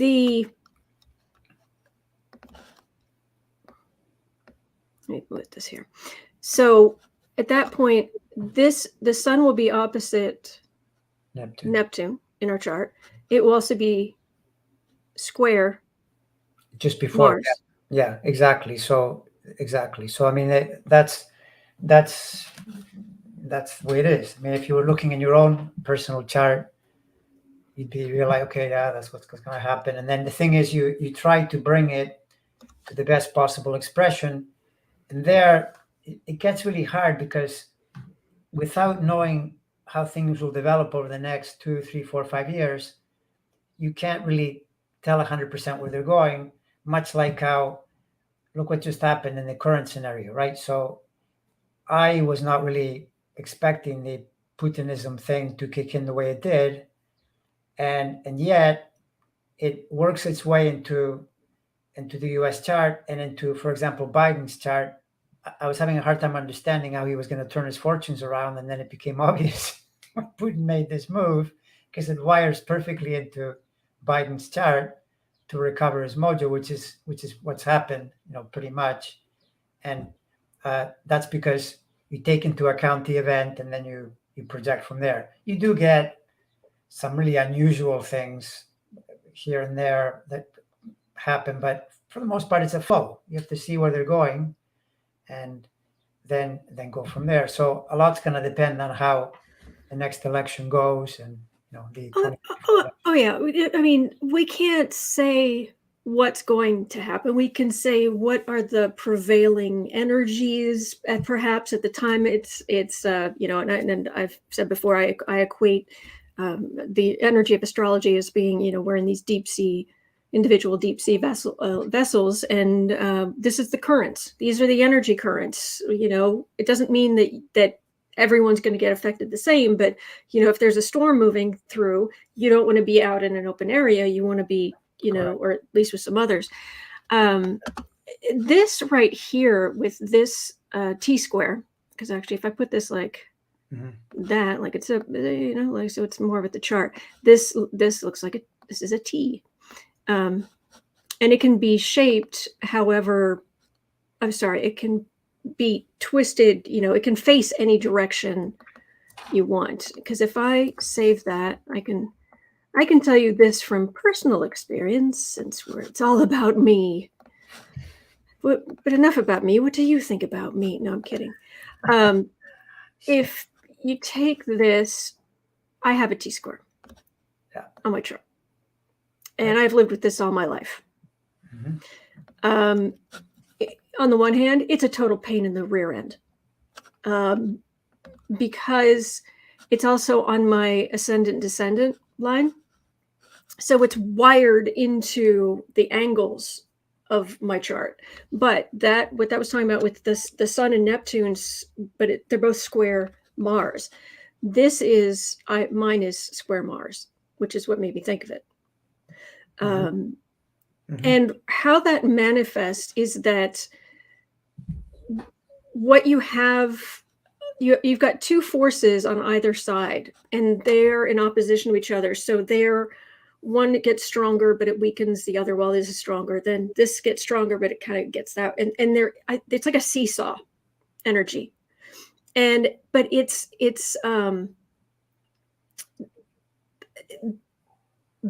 being in both in square to one thing. It's really tense.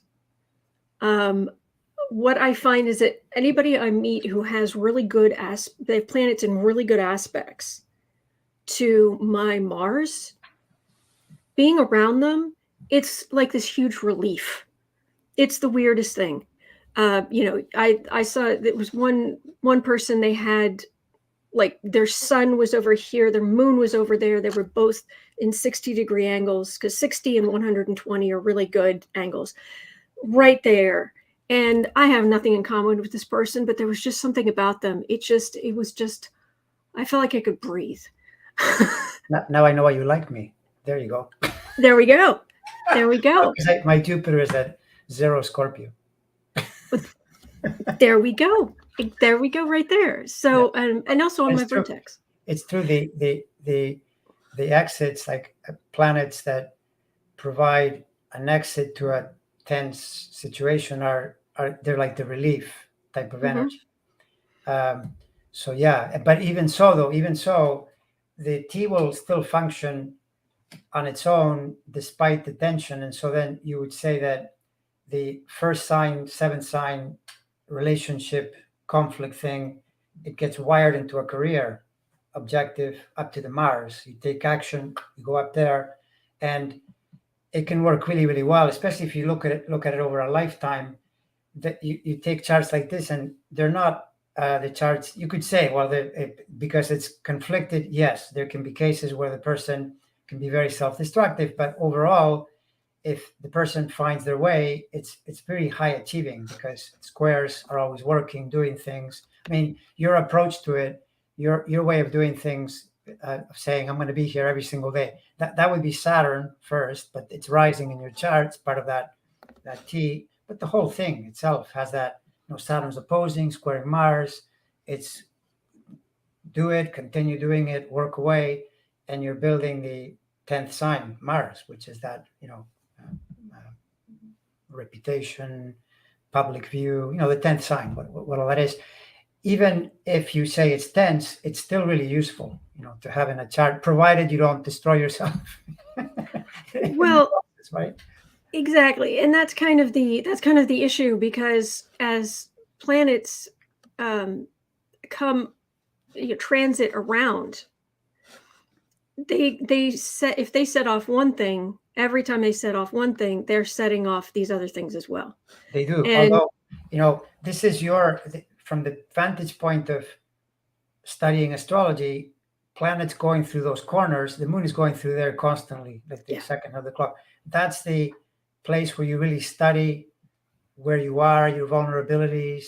I notice in my chart, the places where I've got like massive squares, whatever, that's where I find out how I'm really doing and how do I manage this. And it's literally the point where your energy can drop, and you have to figure out why. And it's a really great self-study, but you have access to it because you have the chart. So you just follow the planets as they move, right? oh yeah. Sun, moon, Mercury, whatever. Well, Saturn. I can tell you, when I had Pluto transit my sun, that was about the same time that my progressed sun was crossing into Sagittarius. That was quite a time. Pluto And, transits your sun, yeah, at the same time that my progressed sun was moving into the Sagittarius. 1990, roughly. Yeah, that was No, crazy time. is It was a that crazy correct? time. Progress sun. No, that doesn't make sense. Pluto was over your sun, and yeah, something like that. Yeah, no, it would be. Pluto is big. No doubt about it. Yes, Yeah. so that was crazy. But when Pluto crossed my descendant and hit this stellium, yeah, it just kind of burned my whole life to the ground. And that's why I right now Pluto's sort of up here. And soon it will be at least in a positive aspect to this. So at least I'll get a trine and sextile here. But I have real inherent Pluto worries me. But anyway, the point Yeah, is that the well, reason I go ahead. you worry about Pluto square the sun, right? Um, I'm worried, but if when it's square the sun, it's also going to be on my midheaven and north node. Right. Well, I mean, first of That all, before it does that, it's going to sextile all your planets, pretty much, right? So that that's shouldn't be bad, I wouldn't think. no, it's fine. And actually, no, the Pluto, what is that? 1 degree Libra at birth. Okay, so Yeah. Pluto's a mix in that it's doing good aspects to your easy aspects to your Sag planets, but semi square the sun, and then what else is it doing? Inconjunct Mars, but it makes a good aspect to Saturn. This Pluto is plenty good enough so that when it goes to the square, it actually, because it's a square, yes, it's gonna be at least somewhat challenging. However, that's the planet that can really change you and move you into a new place that is, almost like shattering your old self completely. You leave it behind and you become a new self. Incredibly useful. Pluto is one of the most useful planets. I mean, think about it. It's connected to Scorpio. Scorpio is transformation. What do you want with Pluto? Transformation. Of course, most of the time you want to avoid death because that would be the ultimate transformation. But the idea is that, that adage that goes, if it doesn't kill you, it makes you stronger. That's Pluto. And it works remarkably well. I can attest to it from personal experience. Very, very useful, right? So, Okay. for example, you might be going along and you might think, oh, I'm doing what I'm doing, but I wish I could. And then Pluto comes in and then you do it. Okay. All right. You've given me hope. I'm grateful for that. But the reason I brought this down was to just to show the T square. So when you have in 2027, when there's this kind of this progressed sun is going to form this T square here. This energy between the sun and Neptune is going to find the outlet through taking action here. Mm-hmm. Well, yeah, and in a way, it goes to the Mercury, to the natal Mercury over there. So it does have some outlet. It's not completely locked in. Ah, okay. So it's because the Mercury is trine the Sun and sextile the All right. So we've got this positive thing Yeah. here as well. So Right. that will make it better. Thank exactly. It gives it a heavens. bit of an outlet. All right. So that's a more gentle outlet for the energy. Yeah, So creative that's outlet, escape, whatever. But it's still challenging. Though. I mean, this is the thing that, in a way, in the end, all you can say is, "Well, that's just life. Life is messy and complicated, and and you have to sort through conflicts, and particularly for countries where that's the problem with democracy, that everyone wants their piece of the action, and the price of freedom and the price of all of that is conflict, because it's like it's easier for a dictator to say, we're going to do this, okay, fine, but if you say to a committee, figure it out as a group, then they start arguing. I want this, you want that. It's the nature of the beast, so to speak. Yeah. But it's worth it, I think. I don't know what you think, but I think it's worth it. Oh no, absolutely. The one thing I wanted to make sure we cover quickly before, because I'm sorry I'm taking up so much of your time. I just find every time you come on, I'm so fascinated with everything you have to say. Oh, well, thank you. No, it's fun. It's fun to talk astrology. Yeah. One of the things is that we're talking. This is the progress chart, but the transit chart. Mm-hmm. Now, the thing about the transit chart, and let me just grab one of these, and sorry, I just want to just grab this and grab a circle because I'm going to need them. I'm just going to move these up here. Oh, sorry. Do you need to go? No, I'm good. I'm good for another. I pretty much had it planned. Isn't it around noon when we around 2 hours? Usually, right? Yeah, it usually takes about 2 Fine, hours. it's fine. So I'm just trying to move along here. No, So with the what's going to happen? Let me just move this out of the way, because the outer planets. Where did I put my Pluto? I put it somewhere, and now You I can't lost remember. I lost Pluto. I've lost Pluto. use Pluto, and Pluto will get angry. It'll be like the way it's upset at Eris for displacing him. Exactly. All right, I'm going to use the old. Oh no, there it is. Well, there's one of them, so we'll use that. So these outer planets, Mm-hmm. Are, let me go here. Transit chart. They are going to be the reason that the 2020s are going to be such a big deal is because you've got so many outer planets changing signs. Mm-hmm. You have Pluto going into Aquarius, you have Neptune going into Aries, and you're going to have Uranus going into Gemini. Yes, that's correct. Uranus going into Gemini. Yeah. Now, and the good news about this is that I get this. And the reason I wanted to point this out, where everyone's like, if somebody's really freaking out about this, oh my gosh, everything's changing signs. Yeah, but they're so roughly speaking, Trying. they're in actually pretty good aspects. I mean, obviously this isn't going to be exact because they're changing signs at slightly different times, but within the space of a couple of years, these planets are changing signs, but that means these points are quite positive. Like this is 100. Yeah, this is 120 degrees. This is 60. This is 60. And trine is a very gentle energy. I call it's very comfortable. I call it like being on an inflatable, just like on a summer afternoon, just lazily, flowing down the river, or local thing, and it's just got that kind of relaxed. Matter of fact, I find people who have a whole lot of grand trine, like big trine energy without much outlet, they can be a little self-indulgent. A little, everything's just so easy, and it's like, it makes sense. It makes sense because the trine is stable. So if you make a grand trine, there's a kind of self-sufficiency and a kind of this is the way it is, which can be really good, but it can be a problem because you can be satisfied. And when you're satisfied, you don't strive. And when you don't strive, you get stuck. And so Grand Trine is going to be way, way more lazy than a T-square. That's for sure. T-square, I got to do something. I got to move. And Grand Trine is, what do you mean? There's nothing to do. I'm already fine. Yes. And True.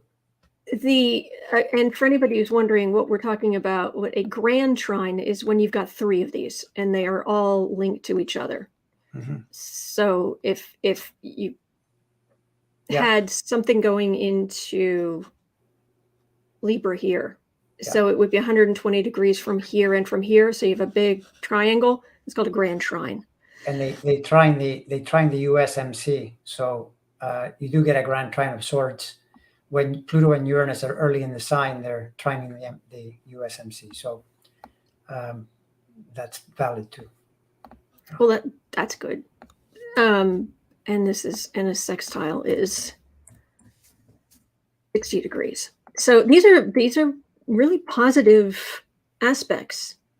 Sextile, I've heard, please correct me if I'm wrong, sextile it's like a trine, but it's more energizing. Is that true? It's a working trine. Think of whenever you think in astrology, and this is one of the reasons it's so fascinating, because you start to think that it was almost created it's like a software program, the universe, because 369 flows and is easy and it's stable and it's creative, and then the 248 series is dynamic and it's work oriented and it's out of sorts, so it tries to work towards something. 6 is 3 times 2, so you're bringing in the 3, which is harmonious, with the 2, which is a working energy. So a sextile is a working trine, basically. It's where planets work at something, and the trine is like a talent or a gift that you naturally express, which is really useful, provided there are squares and oppositions in the chart to provide the work. And so if everything is square, then everything is conflicted. If everything is trine, then everything is just enjoyment. You can see where that wouldn't be well balanced. And so a sextile, yes, it's like that. 3 times 2, right? The idea, or 2 times 3. It's the product of 2 and 3. I should put this here. No, I can't make this easy to read. But anyway, that's what that is. So in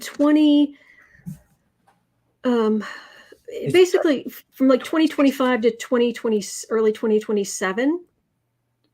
I would actually say 26 to 28. Is that 26 to 28? Like, the time when Pluto and Uranus are circulating around one another in trine. I think in 25, let me see, you could be right.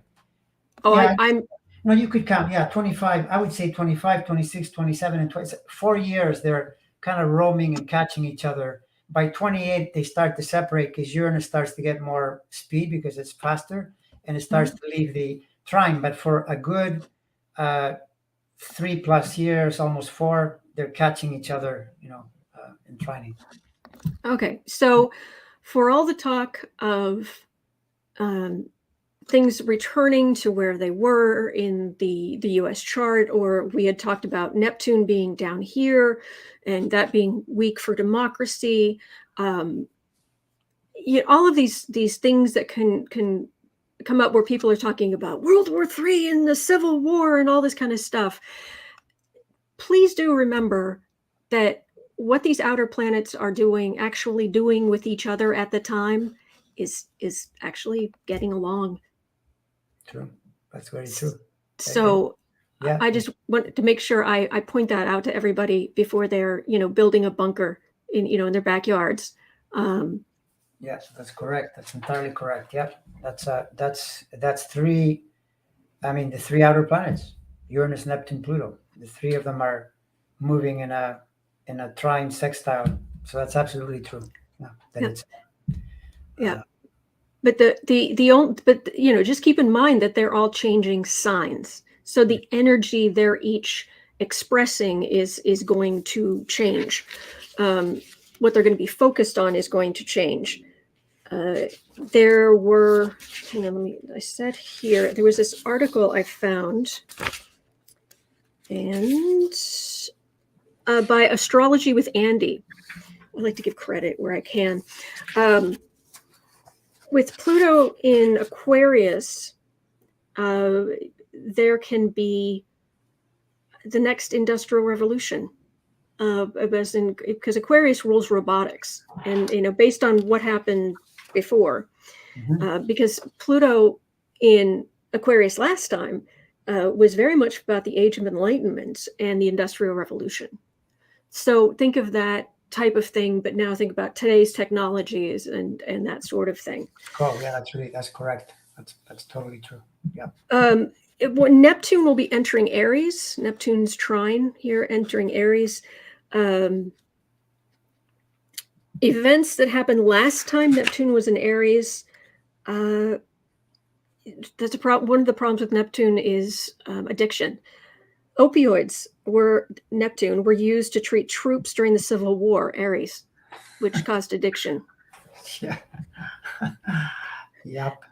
The Prohibition Party started essentially a war, Aries, on alcohol, Neptune. It's first use of submarines in warfare. That makes sense. That makes sense, because Neptune would rule submarines too, because it's the 12th sign. It's underneath. Yeah, it makes perfect sense. Yeah.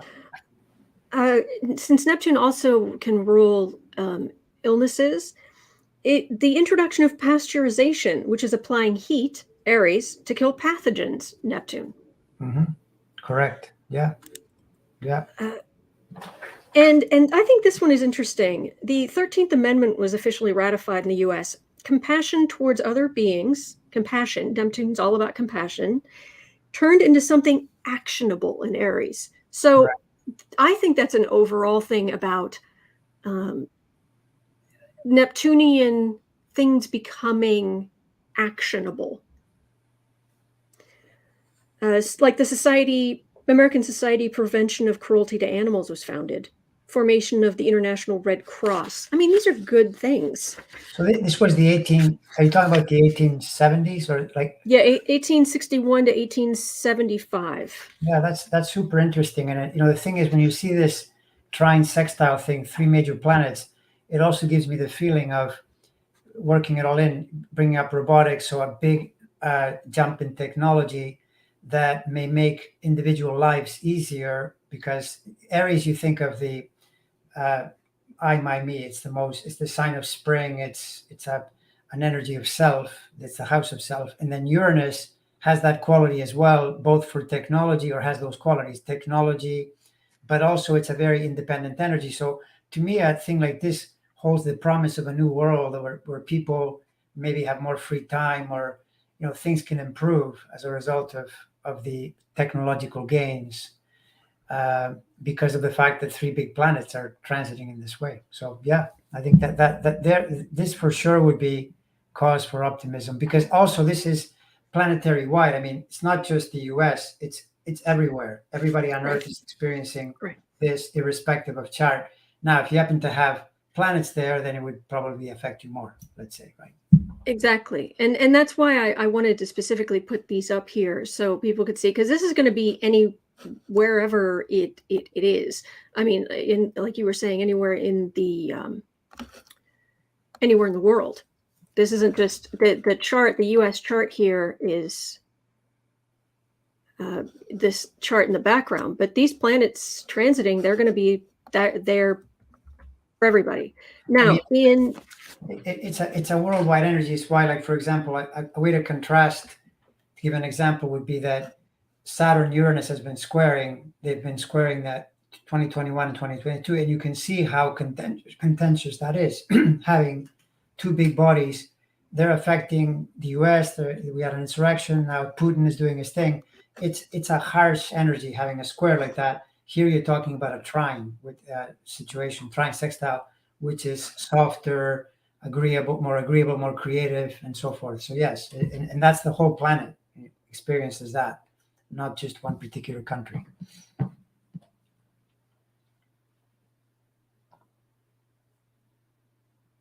Sorry. Something to keep in mind on February 21st, 2026, Saturn and Neptune are going to be conjunct. They're going to come together. And again, oh my gosh, it's the end of the world, other astrologer is telling you, and you're saying, but they're going to be in aspect to these other planets in a way that's still positive. That's positive, yeah. Yeah, Exactly. so it's still generally positive. Now, what is interesting, and I'm wondering if you see some symbolism of this Saturn Neptune conjunction, which is first of all is interesting in and of itself, because and I'm going to put this here because you usually put the closer in planet first, but this conjunction, you have the planet of things that forms, which is Saturn, and limits, with the planet that dissolves and doesn't like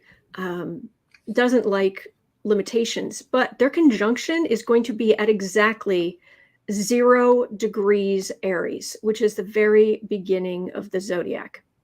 Mm-hmm. So that's it's just a coincidence, but I find that interesting that it's going to be at exactly 0 degrees. Yeah, and especially that it's involving pretty close by the Pluto Uranus supporting on both ends. But yeah, that's it's true that one dissolves, one creates, but typically there you see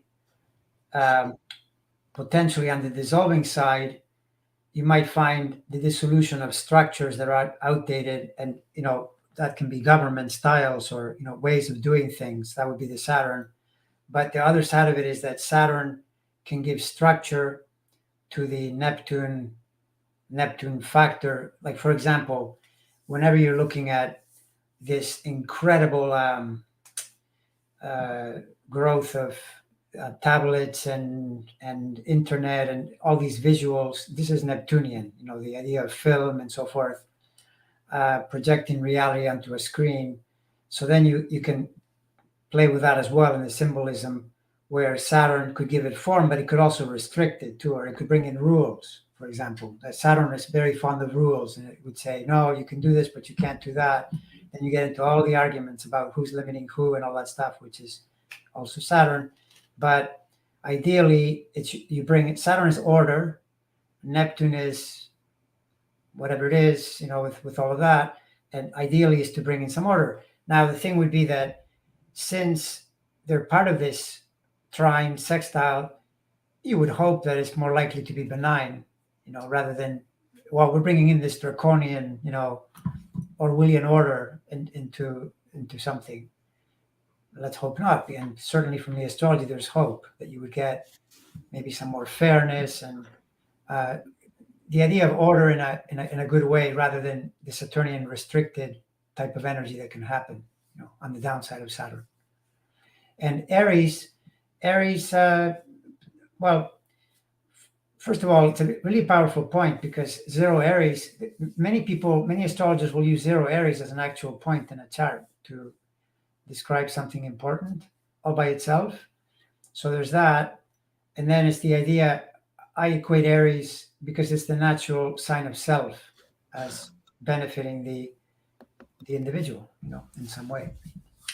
Yeah. So, yeah. It's all how it's going to affect the U.S. chart is that conjunction is going to be basically on the IC, the bottom of the chart, is where this is, and I mean, you do get a bit of a mix because the Pluto Uranus Neptune formation, which is really good, it involves an axis where it trines the MC, but the Saturn Neptune are opposite, which is always a little bit challenging, but probably more problematic would be that the Saturn Neptune, they're kind of really close to squaring that Venus up there.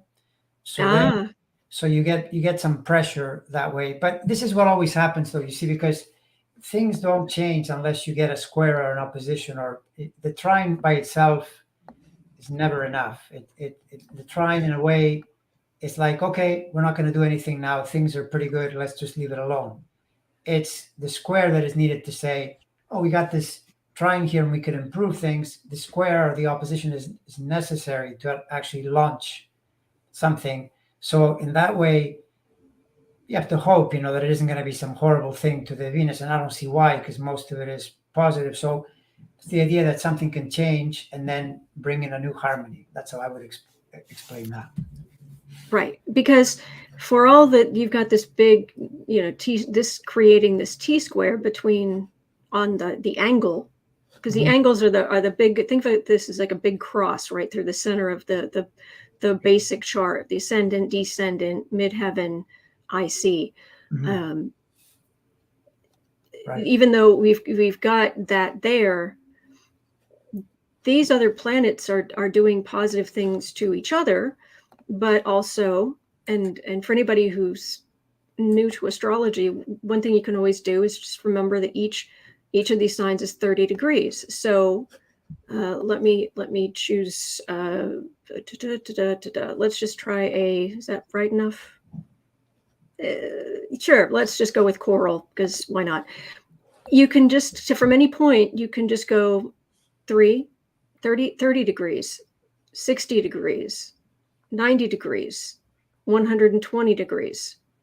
So you can see right there that that's a trine. It's a trine, yeah. And again, here, so you just go 30 degrees, 60, 90 degrees, 120.